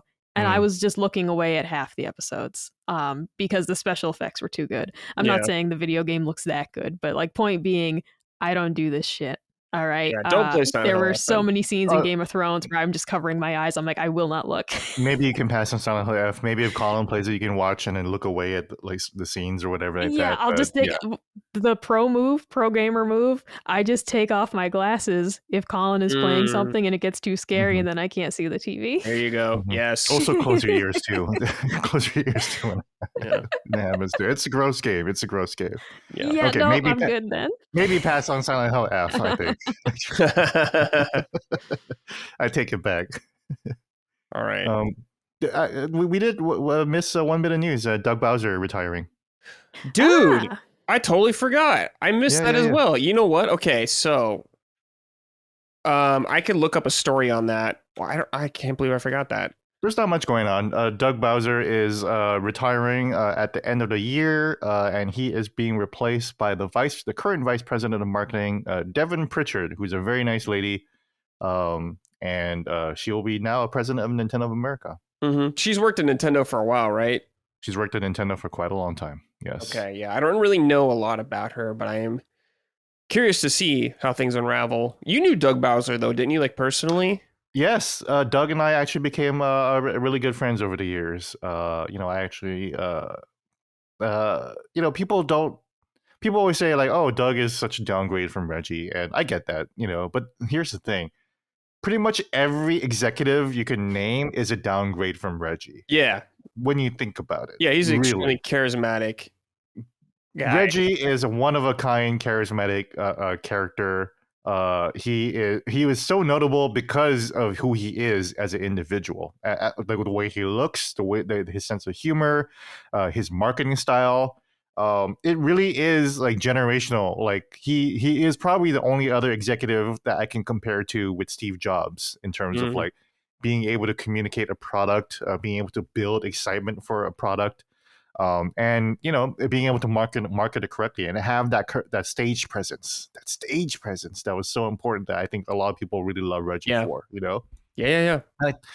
And I think so. Like even Tim Cook of Apple, like, he's like nothing compared to Steve Jobs, right? Right. Yeah. But Tim Cook is no slouch either. He's very confident, and he especially now by this point, he can talk a good game about anything. But even Tim Cook now is a huge downgrade from Reggie. Like imagine if Reggie took over Apple. Imagine how cool that would be. He would make me want an iPhone 18 with 4 cameras instead of 3. So but Doug himself is a pretty interesting character. He's done radio before, so he's actually got a really.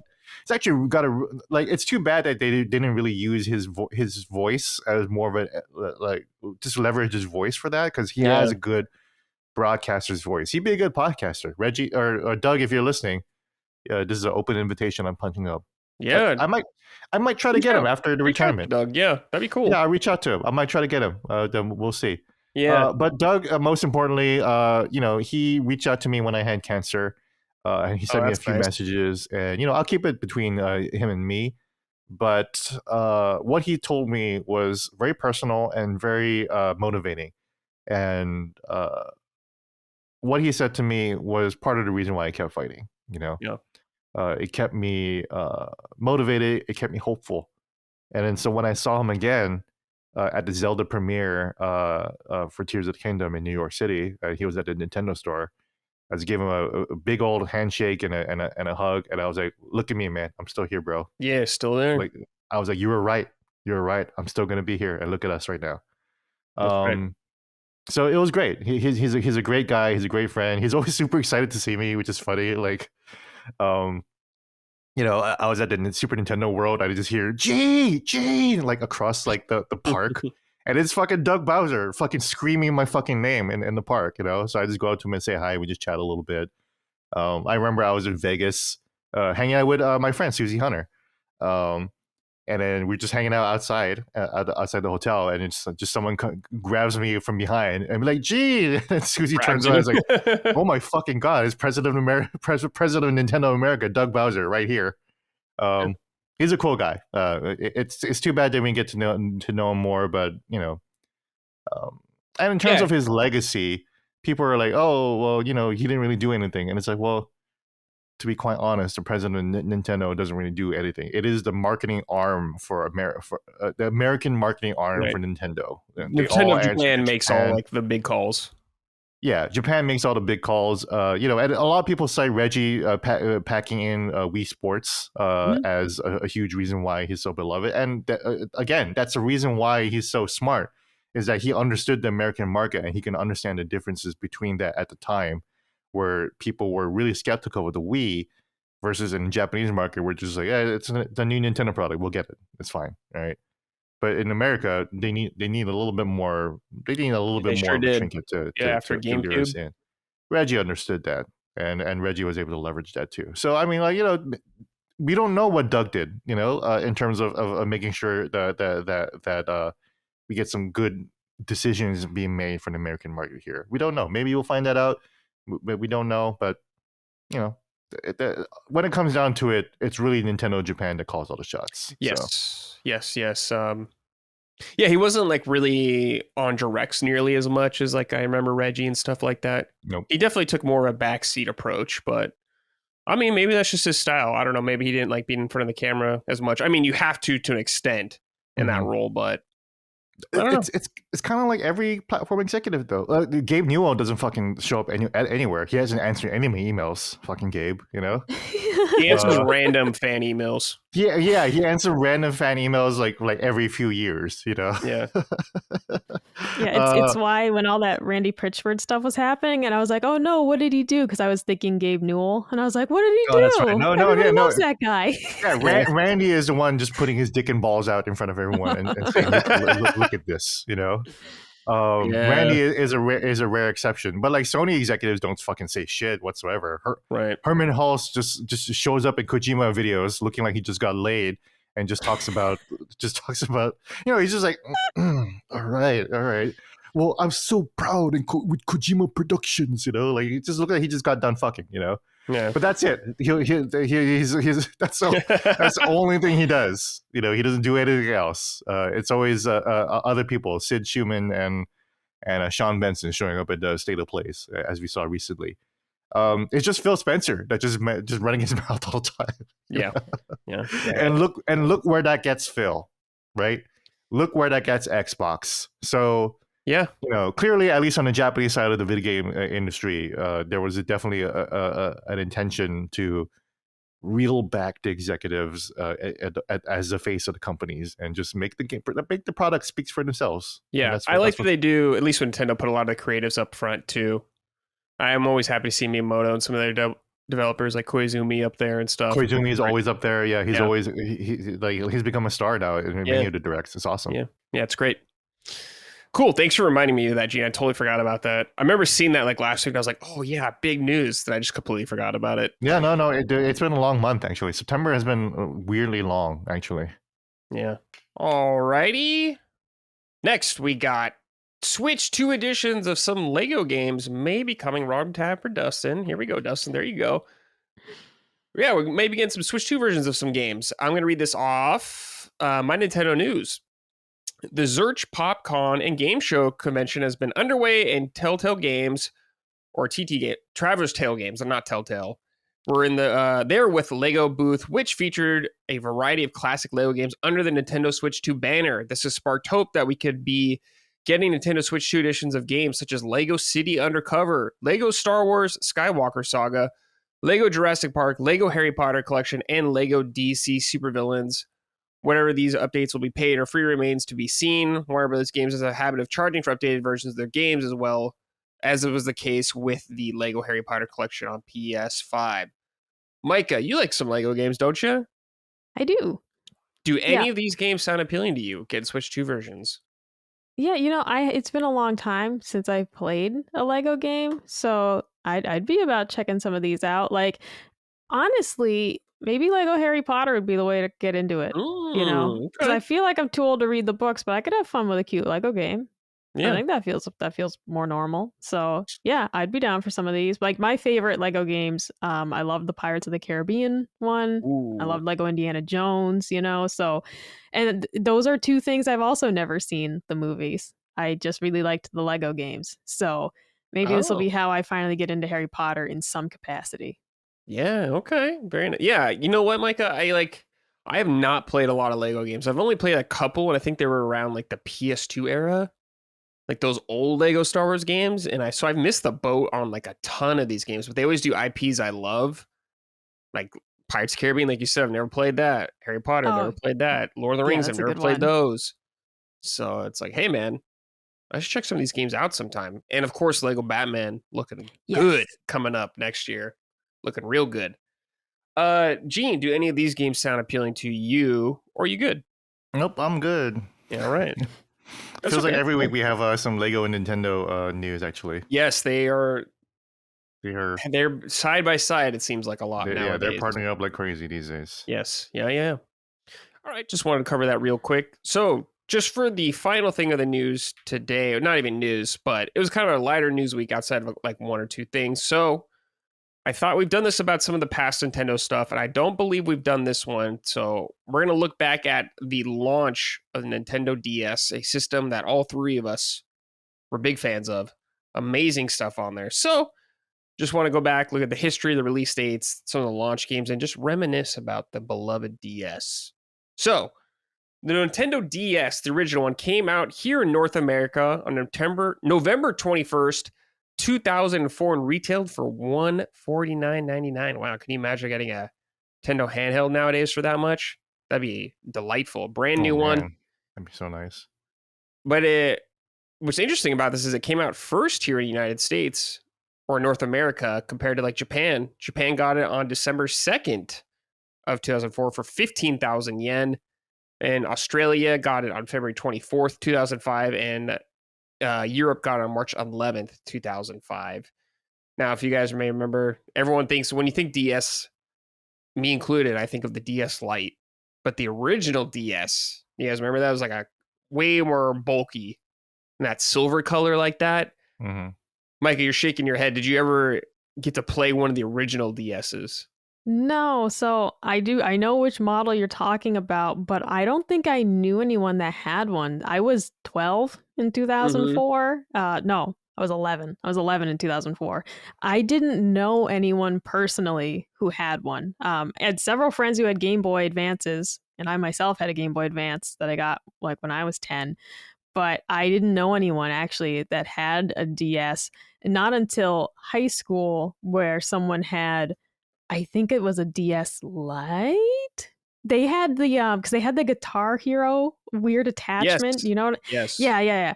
So whichever DS was compatible with that, because I just specifically remember they had that, and I was like, oh my god, Guitar Hero on the go. This is crazy. Yeah. But it wasn't something I really saw or ever got to play. Yeah. I was a senior in high school when this came out, I remember. And I didn't own one, but some of my friends had them and they let me borrow one of them. And I remember talking to one of my other friends via the Wi-Fi or local chat that you could do it like in English class. I remember like that and just be like, whoa, this is fucking crazy. Holy shit. So, and I remember playing 3D Mario, or I'm sorry, Mario 64 on that. And it had like, Gene, you may remember this weird like thumb attachment you would put on your thumb for the touch screen. Super weird. I remember playing Mario 64 on that. Because I want to say that's how you controlled it, honestly, at the time, or it was like the default way. And it was super weird. But Gene, do you have any memories of the original DS, I should say? The first version. I do not. And yeah, looking at the year 2004, this was the year that I wasn't tapped out of gaming, but I was right. I was mostly focused on my PS2 and my GameCube mostly. And this was definitely the year when I started smoking meth. So 2004 to 2006 are absolutely my darkest years of my life. And I don't remember much of them. And this was when I was like 22, 23, 23 years old. I was a young buck. I was God, I was so young. But yeah, that's that. I did not play the DS at all, actually. Okay. The only I fell in love with the DS like several years later when I finally got a 3DS and I was able to like revisit. Oh, so you skipped like the entire I skipped the whole DS generation. Interesting. I skipped the whole generation. My little sister got it, so I do remember playing some of it whenever she would let me play. But it was not my method of yeah. Nintendo handhelds. You know, I was a little bit like Colin. I was like Nintendo was a little bit losing me. You know, I still played the hell out of the GameCube for sure. But it was definitely like an era of like PlayStation and Xbox for me. For sure. Yeah. And this was when Reggie was huge. Yeah. This was when Reggie debuted. This was this was peak Reggie years, right? Yeah, he goes, look. Yeah, classic Reggie. So I actually kind of missed the Reggie years too. Like it was a couple years later where I was like, oh, who's this cool guy fucking selling Nintendo all of a sudden, you know? Yeah. Launch games that we had in the US, this is what I could find. Some of these may be a little off, but I looked at a couple spots, so whatever. This is we had Asphalt Urban GT. I have no idea what that game is. Fuel the Magic XYXX, aka Project Rub. I also have no idea what that is. I did not play those at all. Madden NFL 2005. Metroid Prime Hunter's First Hunt. I think this was a demo that came with it. I don't think the actual game came out later. It was a demo, yeah. I remember it was like a demo, I'm pretty sure, on there. But that was like, I think with the stylus and all that kind of stuff, which was very bizarre at the time. Spider-Man 2. Never played that version, but awesome PS2 game. Super Mario 64 DS. Very crazy. Bringing Super Mario 64 back, but you could be other characters in it now, like Wario and Yoshi. That was weird. And Herbs, Sims in the City. I remember that. That was like their suburbs, like spin-off series. Never played that though, really. So for the DS lineup, honestly, not a lot there for me because I didn't buy one of these until the DS Lite came out. That's when I actually bought one. Because I was like, Mario 64 is cool, but not enough for me to get in there. But I remember some people had it, and it was cool. Like, just fucking around with it. I was lucky and I got to borrow some friends and play it.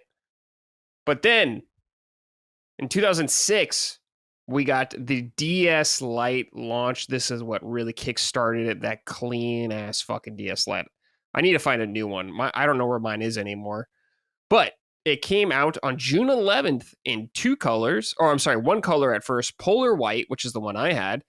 Then later on September 13th, they came out with Onyx Black and Coral Pink, which are very nice colors. Mike, have you seen the pink one? Yes. Yeah. Yeah, it looks really cool.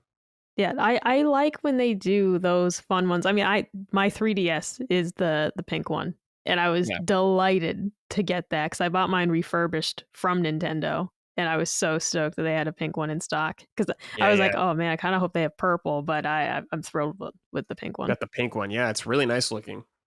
But I loved the white one, the form factor of the DS, so clean, great size, honestly. I think I was talking to you guys about this, but I kind of miss like handhelds that felt small and you could like put in your pocket and stuff like that. Like for sure, we're talking like Steam Deck now. It's like you're carrying a laptop. It feels like it's that massive. Right. That was when Colin got me the Switch Lite, which is something that I had wanted, but I had talked myself out of it because I said I don't really need this. I don't need it. But as soon as he bought that for me, I was like, dude, this Hmm. is just the perfect size handheld, and it is just so travel friendly. And even with the Switch 2, it is still the one that I will bring with me when I travel because it's just the better one to go in your like bag on the Hmm. plane and everything. It's Hmm. just like, yeah, this is exactly what I want. And when we've talked about like, do you feel like a weirdo bringing these out in public? It's like with the Switch Lite, no, because Right. it's kind of just like a very big phone. With the Switch Yeah. 2, I'd maybe start to feel a Massive. little weird. Massive. Yeah. Switch to all handhelds are massive now. So I guess it's just the trend. That's what people are into now. But I miss the small, compact handhelds. Big fan of that stuff. I like to see it come back. Um, the Switch Lite also came out in Japan March 2nd, Europe June 23rd, and Australia June 1st, 2006. Now, Micah, you love the DS like me. What are some DS memories you got of games? So I have gotten to some of them on the 3DS. So, like my beloved Dragon Ball Z Attack of the Saiyans, that's a DS game. And also Dragon Ball Origins is a DS game. Oh, Mm, geez, I don't have it in here. I'm blanking on one of the ones that I really like. Let me find it. give her a minute. She's looking. She's a looking. Oh Oh my God, god. she's dropping shit. All right. Long story short, they weren't where I thought they were. They were in a bin. Now this is a really random pick, but it's Loving Life with Hello Kitty and Oh, Friends. loving life. I like that. Fucking love this game. Mm-hmm. Don't buy it if you don't love Hello Kitty. It's not worth the money unless it's like $2. But in addition to like the Dragon Ball Z games, which are like legitimately good games, this is just fun memories. This is Yeah. just fun. All right. This is just hanging out with Hello Kitty. Okay. I Yeah. like, here's the thing, I like the era of shitty licensed games. I didn't like You get paying it. full price for them. I didn't like feeling duped when you find out that game's actually bullshit, okay? But I enjoyed shitty licensed games, all right? I enjoyed the Winnie the Pooh Game Boy Advance game that kind of sucks, okay? I play it. Exactly, right? But yeah, I don't know. I liked this era. I got super into Cooking Mama, and like Gardening Mama kind of sucked, but I played it. Okay, it Dude, was Cooking Mama. Yeah. God, Cooking Mama fucking slaps, and I'm so disappointed that we haven't returned with more. But yeah, in addition to actual good games like fuck, I can't find it, like Dragon Ball Origins here, and like I dropped it, a Dragon Ball Z Attack of the Saiyans, we had some fun shitty licensed games, Yeah. and I adore shitty licensed games. Yeah. Yeah. Me too.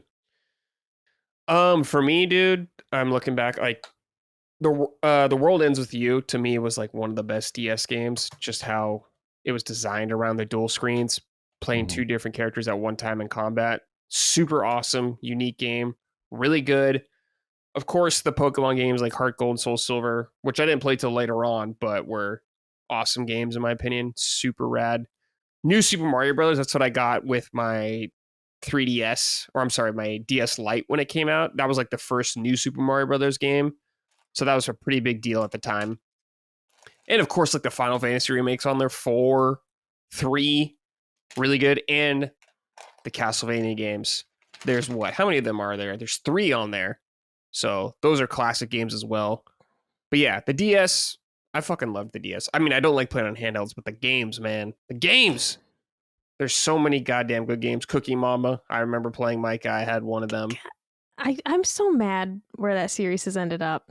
Like, so incredibly mad because they're really fun, fantastic games, and they're just dog shit now. Yeah. Like, I mean, well, they haven't made one in several years, but the one that they made that was like actually not permitted to be on PlayStation, and they printed it anyways, and that was a whole thing. I have that copy. And then the Switch version caused a weird overheating issue, and they actually had to patch it because it was like dangerous to your Switch. it's just like how far they have fallen. Because Yeah. Cooking Mama was excellent. Cooking Yeah. Mama Sweet Shop on 3DS is like peak for the series. It's Yeah. incredible. But Damn. yeah, just Gardening Mama, I'm not going to lie, not very good. That was one of my Damn. most Gardening Mama, disappointing not good. purchases from GameStop. Shit. Hate to hear that. Oh yeah, also I got to bring up the 2 Zelda games. I remember playing Phantom Hourglass and being like, I hate this playing with the stylus. I really wish you guys didn't do that. I fucking hated that. Spirit Tracks was better in my opinion though, but still, don't bring I it think back. that's why I didn't buy the DS, because I didn't want to do the stylus thing. Yeah. Classic Nintendo. Yeah. Here, play it in this weird way. Bejeweled. Okay. Bejeweled 3, wow. Fucking Bejeweled. God. Yeah, I like seeing this collection. This is good stuff. I got Brain Age in there as well. Brain Age was a moment, right? I remember play yeah, Brain Age. That was Brain a Age moment. was a Yeah. moment. Brain Age was huge. Yeah, Brain Age, I remember the moment, commercials and being like, I gotta play that. I bought it for $1.79 at GameStop. This is when Beyonce was marketing the Nintendo DS, you know? Right, because Dude, I remember, never got I actually never got Nintendogs or anything like that. Oh, Nintendogs, man. My sister had that. Yeah, we were obsessed with that for sure. Wow. Yeah. That is a franchise that needs to fucking come back for sure. Well, that was something that was hard to get on GameFly, for example. And it was just like, a lot of these games just in general were hard to get on GameFly, which is why I did eventually find some of them at GameStop used. And a lot of them came with like no case. So like my Gardening Mama copies just was just in a bag. But yeah, Brain Age and like Nintendogs, that was a scene. And they had Nintendogs and cats eventually. Like that ended up just being a whole thing. And I didn't get to play those, but it reminded me so fondly of the era of the electronic pets when I was a kid. Not just Tamagotchi, but you had Poochie, the little robot dog, and if you guys remember the iDog that it lit up in sequence with your iPhone or iPod. I never actually owned one because like it was bougie as hell. But the iDog was cool as fuck. Like that whole era of electronic pets was so cool. And just the idea of Nintendogs and cats was like so peak. And yeah, the cool celebrity, you could picture Paris Hilton playing that, you know? This was something like, whoa, the cool kids would play Nintendogs. Yeah, the DS was a phenomenon. Huge. It was incredibly popular. One of the best selling pieces of hardware in gaming still, as far as I'm aware. But yeah, shout out DS. Let us know some of your favorite DS games down below in the comments. I know people love it. God, I might start playing Brain Age again. I'm kind of oh shit. I'm kind of feeling like playing some Brain Age right now. It's got the Brain Age itch. I get it. I haven't thought about it in so long, but like this just looks really fun right now. Like I'm kind of into this. The Nintendo DS energy needs to come back, which is why like Tomodachi Life, release next year is exciting. You know, we captured some of that, I guess. Because what I feel when I see that Tomodachi Life trailer from the last Direct, I feel like I don't quite know what this is, but I want to. And I want to know what the fuss is all about. Same. I'm literally going to buy that game because I don't want to be left out. Yeah, it got influenced. I get it, dude. Been there. All right. Let's end the show with some write-ins from the audience. If you want to write into the show, I post a thread every Sunday calling for your submission, so keep an eye out there on our Patreon. This is from Semi-Auto Assassin. Hello, Knuckle and Ass Pounders. Oh. This is my first time writing in, mostly because I'm lazy and never pay attention. But I was sitting here playing Persona 5 Royal on my Switch 2 when my phone basically said, hey, dumbass, you can write in if you want. So here I am. Okay. Do you have any plans for covering Pokemon Legends ZA? I know Brad has mentioned playing some of the series, but I'm not sure if anyone else on the crew is deep into Pokemon. With this being one of the big Switch 2 releases this year, I was curious how you all might approach it if anyone else was willing to give it a try. Thanks for all the great content. Now excuse me while I grab this Pikachu by the throat while I'm tongue punching its fart box and listen. Good lord. Jesus, Bradley, I can't believe you read that. I had to, man. You don't, Bradley. You never have to read the Paying customers. write-in. Yeah, these are like super chats. We gotta. Even then, there was a super chat recently when Dustin was like, "I'm not reading that. Thanks for the $2." Well, did Just you try to hear the see. hesitation from me when I like read what he was writing? I was Well, like, that's why I was like waiting to be like, "Is he gonna read this sentence or not?" I did. Get help. Get help when you write in shit like that. But I would like to check out Pokemon this year. That's a great stream game. I could play on stream or something like that. And I've played X and Y, so feel caught up. I can learn more about that tall old guy that Mike is attracted to. I gotta do research for Micah there. Maybe send her some screenshots and stuff like that. But yeah, I'll check it out. I don't think Micah and Gene have any interest though, personally. Pokemon Legends, of course, I'm interested. Oh, ZA, you're in? Yeah. Okay. Totally, yeah. I didn't do the preview, but just because there's just so much fucking work. I can't fit in a preview between Silksong and Ghost of Yotei and Silent Hill F or whatever, you know. But I definitely want to review it. Hopefully, I'll get a review code someday soon. Cool. There you go. And I'm not like deep into Pokemon. I've only just started to play the Switch versions this generation. Really, I skipped everything on the DS. Basically, I did play X and Y. I never finished it, and I did try to play Sun and Moon. I never finished that either. But I did play Let's Go Pikachu and Sword and Shield, and whatever the last one was. And there's so many fucking Pokemon games. I'm forgetting. I did play Pokemon Legends too, Arceus. I really enjoyed that, so I'm looking forward to this one, definitely. Okay, cool. Yeah, especially since it goes back to the X and Y region. That's one of my favorite vibes. Is a little, fake French in Pokemon. Yeah. So, so much French in video games right now. It's a little weird. Yeah, they're getting a little too overzealous. Yeah. Keep them in check. Yeah, you guys are getting a little too confident there, guys. One good game, and then all of a sudden you guys think you can be in every game. I don't know, but yeah, I'm interested in Legends for sure. I'll definitely be talking about it whenever I can. Cool. All right, this is from Vaughn Allison. Hey, P-Switch Pokers. I'm holding out on buying a new Pro Controller for S2 until they release a special edition I like. What themed Pro Controller would make you pull the trigger on the price tag? I'd love to see something for Zelda's 40th personally. Thanks for all you do, Yins. Keep me smiling during trying times. All right, Micah. Yeah, we have it already. They already bought one. We all three already have them. But special edition controller that make you pull the trigger and buy another one, Micah. Animal Crossing? Fire Emblem?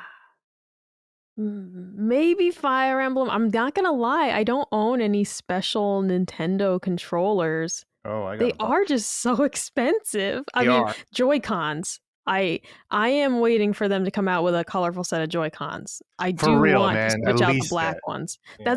So that would be my priority. Be if Joy-Cons. They do another pastel series of Joy-Cons. I love the pink and yellow ones I had, and I had the green and pink ones as well. Animal Crossing ones were the best, like the green and blue one. Oh, dude, yeah. Colin's niece has the Animal Crossing Switch, and it was just so pretty. But Gene's Skyward Sword, Joy-Con. I have those. I would. So here's the thing. Now that I do like Zelda, I'd be interested in a Zelda like Pro Controller. I wouldn't be a total poser. I like Zelda now. Or yeah, maybe Animal Crossing if they did something like punchy and fun with the beach colors again. Fire Emblem could be cool. It depends though on if it's like classic like Fire Emblem or if it's like very skewed about like the new characters type thing. It's gonna be new. Or I mean, like, I just mean to say, like, is it gonna just be like, okay, it's like a really fun colorway, or is it gonna be specific to like it's the same color as this dude's outfit and you don't even know if you like him or not? That's a tougher sell. Animal Crossing or Zelda, I would maybe buy one, but really what I want is colorful Joy-Cons because I'm sick of looking at the black Joy-Cons. They're boring. Yeah. Some of these. What about you, Gene? Yeah. Well, I got these Monster Hunter Rise Pro controllers for the Switch One, right? Would I buy another Monster Hunter controller? Probably not.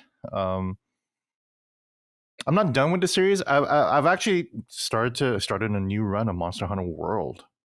Oh, World, huh? It's Okay. been so long since I played that game, and Wilds kind of turned me off in the series, and I was like, but I still like Monster Hunter. What am I talking about? So let me go back to World and see what that's about. I'm having a great time.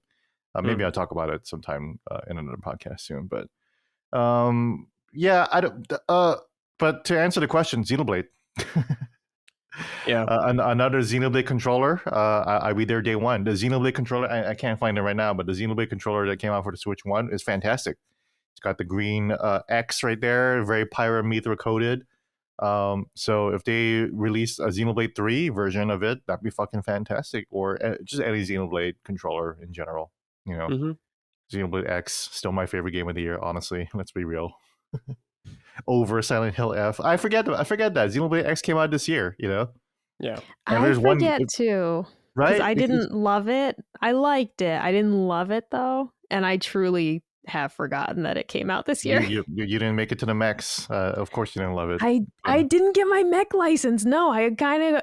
Here's the thing, Gene. I thought they were just gonna hand me that shit. I thought it was gonna be like, look, you got to level whatever. Here's a mech, and You it's like got you have to get you, your mech license. And I'm like, am I actually working for this fucking company? yes, you Am gotta I work for it. actually in this army right now? Like, Mhm. dude, you're making That's me get a license? that's the immersion, man. That's the It's not immersion. trivial. It's not Yeah. a trivial. It's not a trivial pursuit to get the mech license. You have No, to no, do no. like a lot of stuff, and I It's started it, and I got burnt out. it's a huge deal. But yeah, ultimately, Xenoblade X is the game that I played the most this year, and yeah, Xenoblade controller. I'd be there day one. Yeah. You guys already know anything Zelda, I'll just buy. So I don't need to get into it. We know. Yeah, I have all Zelda the. Joy Cons. I'll buy. I bought every single fucking one. Yeah, I have the Tears of the Kingdom Pro controller. I have the Skyward Sword Joy Cons. I did not get the Tears of the Kingdom Pro controller. I think I was gonna. I got it. All right. Let's see here. This is from Eric Clyde. So I have a real situation here. First, love you guys. I'm an original patron from the LSM Media and love all of you. Wow. Thank you. So I have two children. One just turned 6 and the other is 7. Yes, they are close in age because of rising costs. I bought 2 Nintendo Switches for Christmas. It's going to be both of their big gifts. And I'm also excited to get some Nintendo vibes in our house. We're going to London in 9 days, so a 12-hour flight each way. Do I just give them these Switch 2s or these Switch 2s to them before the trip so they can play them on the long flights, or do I hold strong for Christmas magic? Tough call. This is a tough parent call. That's tough. That's tough. That's very thoughtful. It's so that you are clearly a dad who loves their kids for sure. Or a mom. Isn't Eric? Yeah. Okay. Well, probably a guy. Probably, dude. Probably a guy. It sounds like you're a very loving father. I honestly don't know. It would be a core memory for them if they got a Nintendo Switch for Christmas. Nintendo Switch 2 for Christmas. Yeah. Like, what I want to say is it would be super cool to have it for the plane, but I want you to consider what's going to happen when you take it away from them because now you're going sightseeing.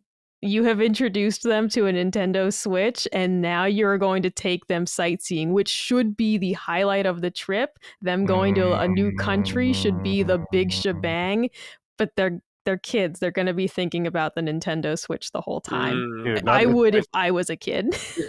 It doesn't even need to be me being a kid. I visited the Grand Canyon a couple years ago, and but also Pokemon Let's Go Pikachu just came out, so you know I wanted to catch Pokemon instead of go see the fucking Grand Canyon. You know, I saw the Grand Canyon. Don't worry. But, you know, at my big age of like 37 years old, this is several years ago. I was just like, yeah, that's a great perspective, Micah. I forgot that I am also a child, and I also did that. So, I mean, I think I'd be feeling the same, only because just imagining the excitement and potentially whatever games you picked out for them to come along with the plane ride. I just feel like it's going to be very difficult to wow them. You're going to wow them with that. Yeah. And then they're going to have their what should be a super lovely vacation, but they're going to be thinking about that Switch. Yeah, So yeah. And I'd I was probably also stick to the normal toys that they already have for the plane ride. or an iPad. I'm sure they're iPad kids too. So just let them watch a fucking movie on the way there. Right. So Stick to movies and that type of Mhm. stuff probably. And not Yeah, something new. yeah. I think Micah and I's advice is pretty similar. It's like it'll be a core memory for them to get on a Switch, but it will also be really good enrichment, culture enrichment for them to go to. I've never been to fucking London, So Me neither. these brats are gonna have more world exposure than me, So just let them have let them be enriched with the trip, and give them a core memory, and they'll love you for very very they'll love you forever if you give them a Nintendo Switch 2 at Christmas. I think that's the play. But shout out to Yeah. you for being so considerate, honestly. Yeah. Especially if they have stuff they can do on the plane already. Like we're assuming every kid is an iPad kid now, so maybe they have something they could do on there, stuff like that. And Micah brings up a good point. You want them to experience the vacation, seeing Mhm. sights, all that stuff, not just thinking about games the whole time. Because definitely as kids, we'd all be in that same boat. But I don't know. Yeah, I don't know if I'm you're. with I don't Gene. know, I think Eric. as an adult, I'd be in that same boat. Yeah, Yeah. I don't know. Maybe Eric just wants to play the Switch to himself. That's why he wants to give them when the kids are asleep, take over, start playing. Yeah, I don't know, maybe. Eric. Yeah, could be. Yeah, Eric, I would just hold off if you can wait. I mean, your kid's the best and how they'll handle it, but It's Yeah, October pretty much, right? We got 2 more Mhm. months. Even give it to them at the beginning of December. But man, that'll be a good Christmas morning to that'll be a open up great that Christmas present. moment. Yeah. I don't even know how that feels anymore. No. So give them that experience. Yeah. So All right. This is from Carry On My Wayward John. Hey, Fisters. I've been ousted as a fake fan by a few of my family members for not finishing Mario Galaxy. I played it a little back when it first launched and then attempted it again a few months ago, but it just hasn't clicked. Is this new Mario Galaxy package a sign to try again? I love Mario games. I recently played through Mario Brothers 3 on NSO, and it was amazing. I played Odyssey when it launched, and I loved it. Please provide guidance on this decision. I'll shut up and listen as I eat poison mushrooms. Your family's right to make fun of you. All right, John. Sort that shit out. Play this game. You loved Odyssey. You love Mario 3. Give it another spin, man. It's time. Getting that Switch 2 version coming out too. Free upgrade. Play it. Micah, give John advice. Mario Galaxy's so cute. You got the little star boys. Oh my god, Yeah, are they called? What are they? The Lumas. What are they called? Yeah. All I could think was Lums, and that's what Rayman. Bums. That's a I don't know. Rayman thing. I think it's a Rayman thing.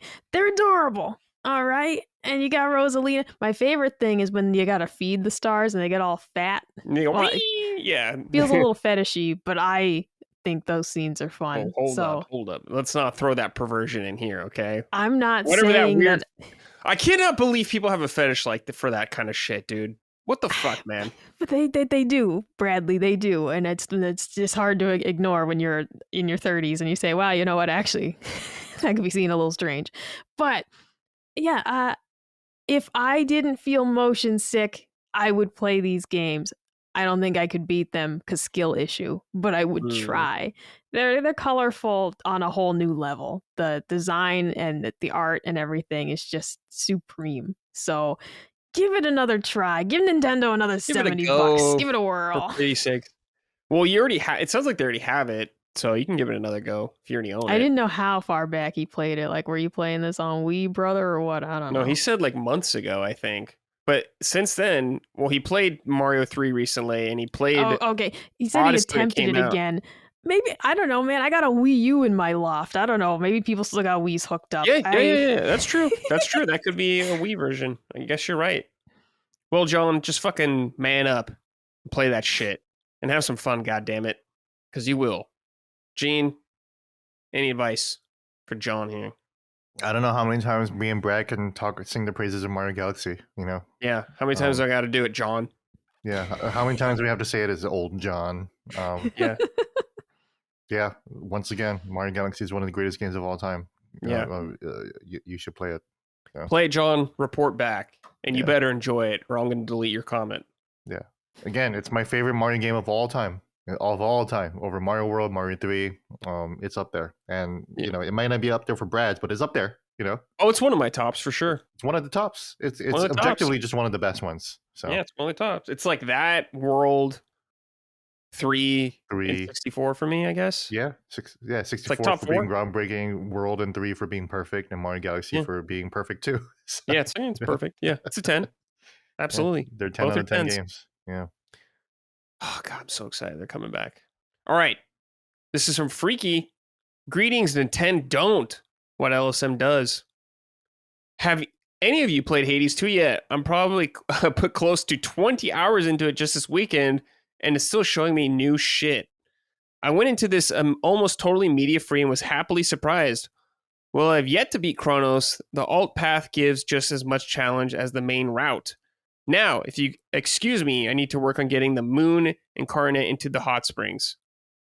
I don't know what that means because I haven't played Hades 2. But I do want to play Hades 2. I don't know when I'll get to it. I enjoyed the first Hades quite a bit, but just a busy time. I don't know. Fuck. But Gene, I know you played Hades 1. I think we talked about this yesterday a little bit. You did, yeah. Yeah. I played Hades 2 in early access. I beat Chronos That's right. once, and I was like, good, you know, I'll wait till full release. Now the full release is out right now, and I have no time. Right. But I am excited. And also, I just looked this up, Micah. Good news. God mode, the mode that I talked about earlier, where it made the game a lot easier, is in Hades 2 as well. So if you want to revisit Hades, if you want to revisit, if you're thinking about revisiting Hades 1, turn on God mode. And the great thing about God mode is that you can turn it on and off without penalty whatsoever. You actually keep the damage improvements that you make over God mode, but you lose the damage resistance. So if you want to just be able to try that challenge again, but you can just keep God mode on without penalty just fine, and just enjoy the game and the story. And they added it in Hades 2. It wasn't there at the beginning in early access, so I didn't play with that. But it looks like for the full version, that's where it's there. So it's like, that's awesome. That makes me want to play it even more. I might just get out my ass and actually just give it a shot. So, especially since it's now the number 1 Metacritic game of the year over Expedition 33 and Silksong. Yeah. All right. That is it for this episode, Gene, Micah. Thank you both for joining me as always. Before we go, any final thoughts, any final words, anything you want to say? I'm just feeling like I really want to go play Brain Age right now. Go play Brain Age, Micah. I think I'm going to. Go curl up with a puppy and go play Brain Age. I haven't stopped thinking about it since we talked about it. I just want to go play Brain Age right now. Yeah, go play Brain Age. I will curl up with my cat and play some Final Fantasy Tactics, actually. Yes, sir, you will. I think I'm going to prioritize that right away, because goddamn, FF Tactics is cozy as fuck. Yes, so, it is.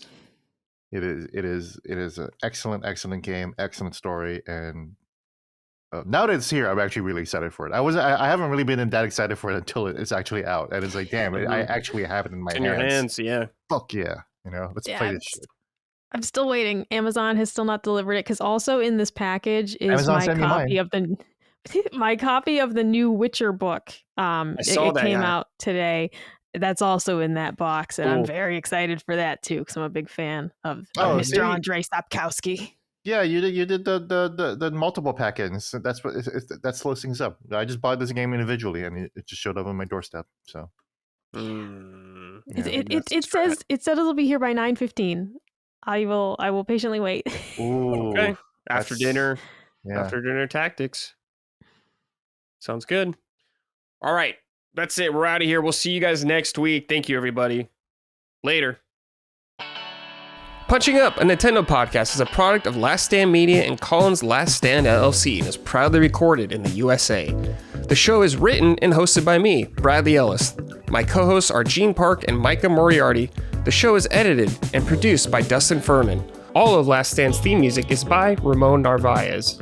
Punching Up, along with the rest of Last Stand's media shows, are fan-funded on Patreon at patreon.com/laststandmedia. The following names are at the producer level on Patreon, our highest tier, and we're grateful for your kind contributions and generosity to our independent endeavor. Thank you.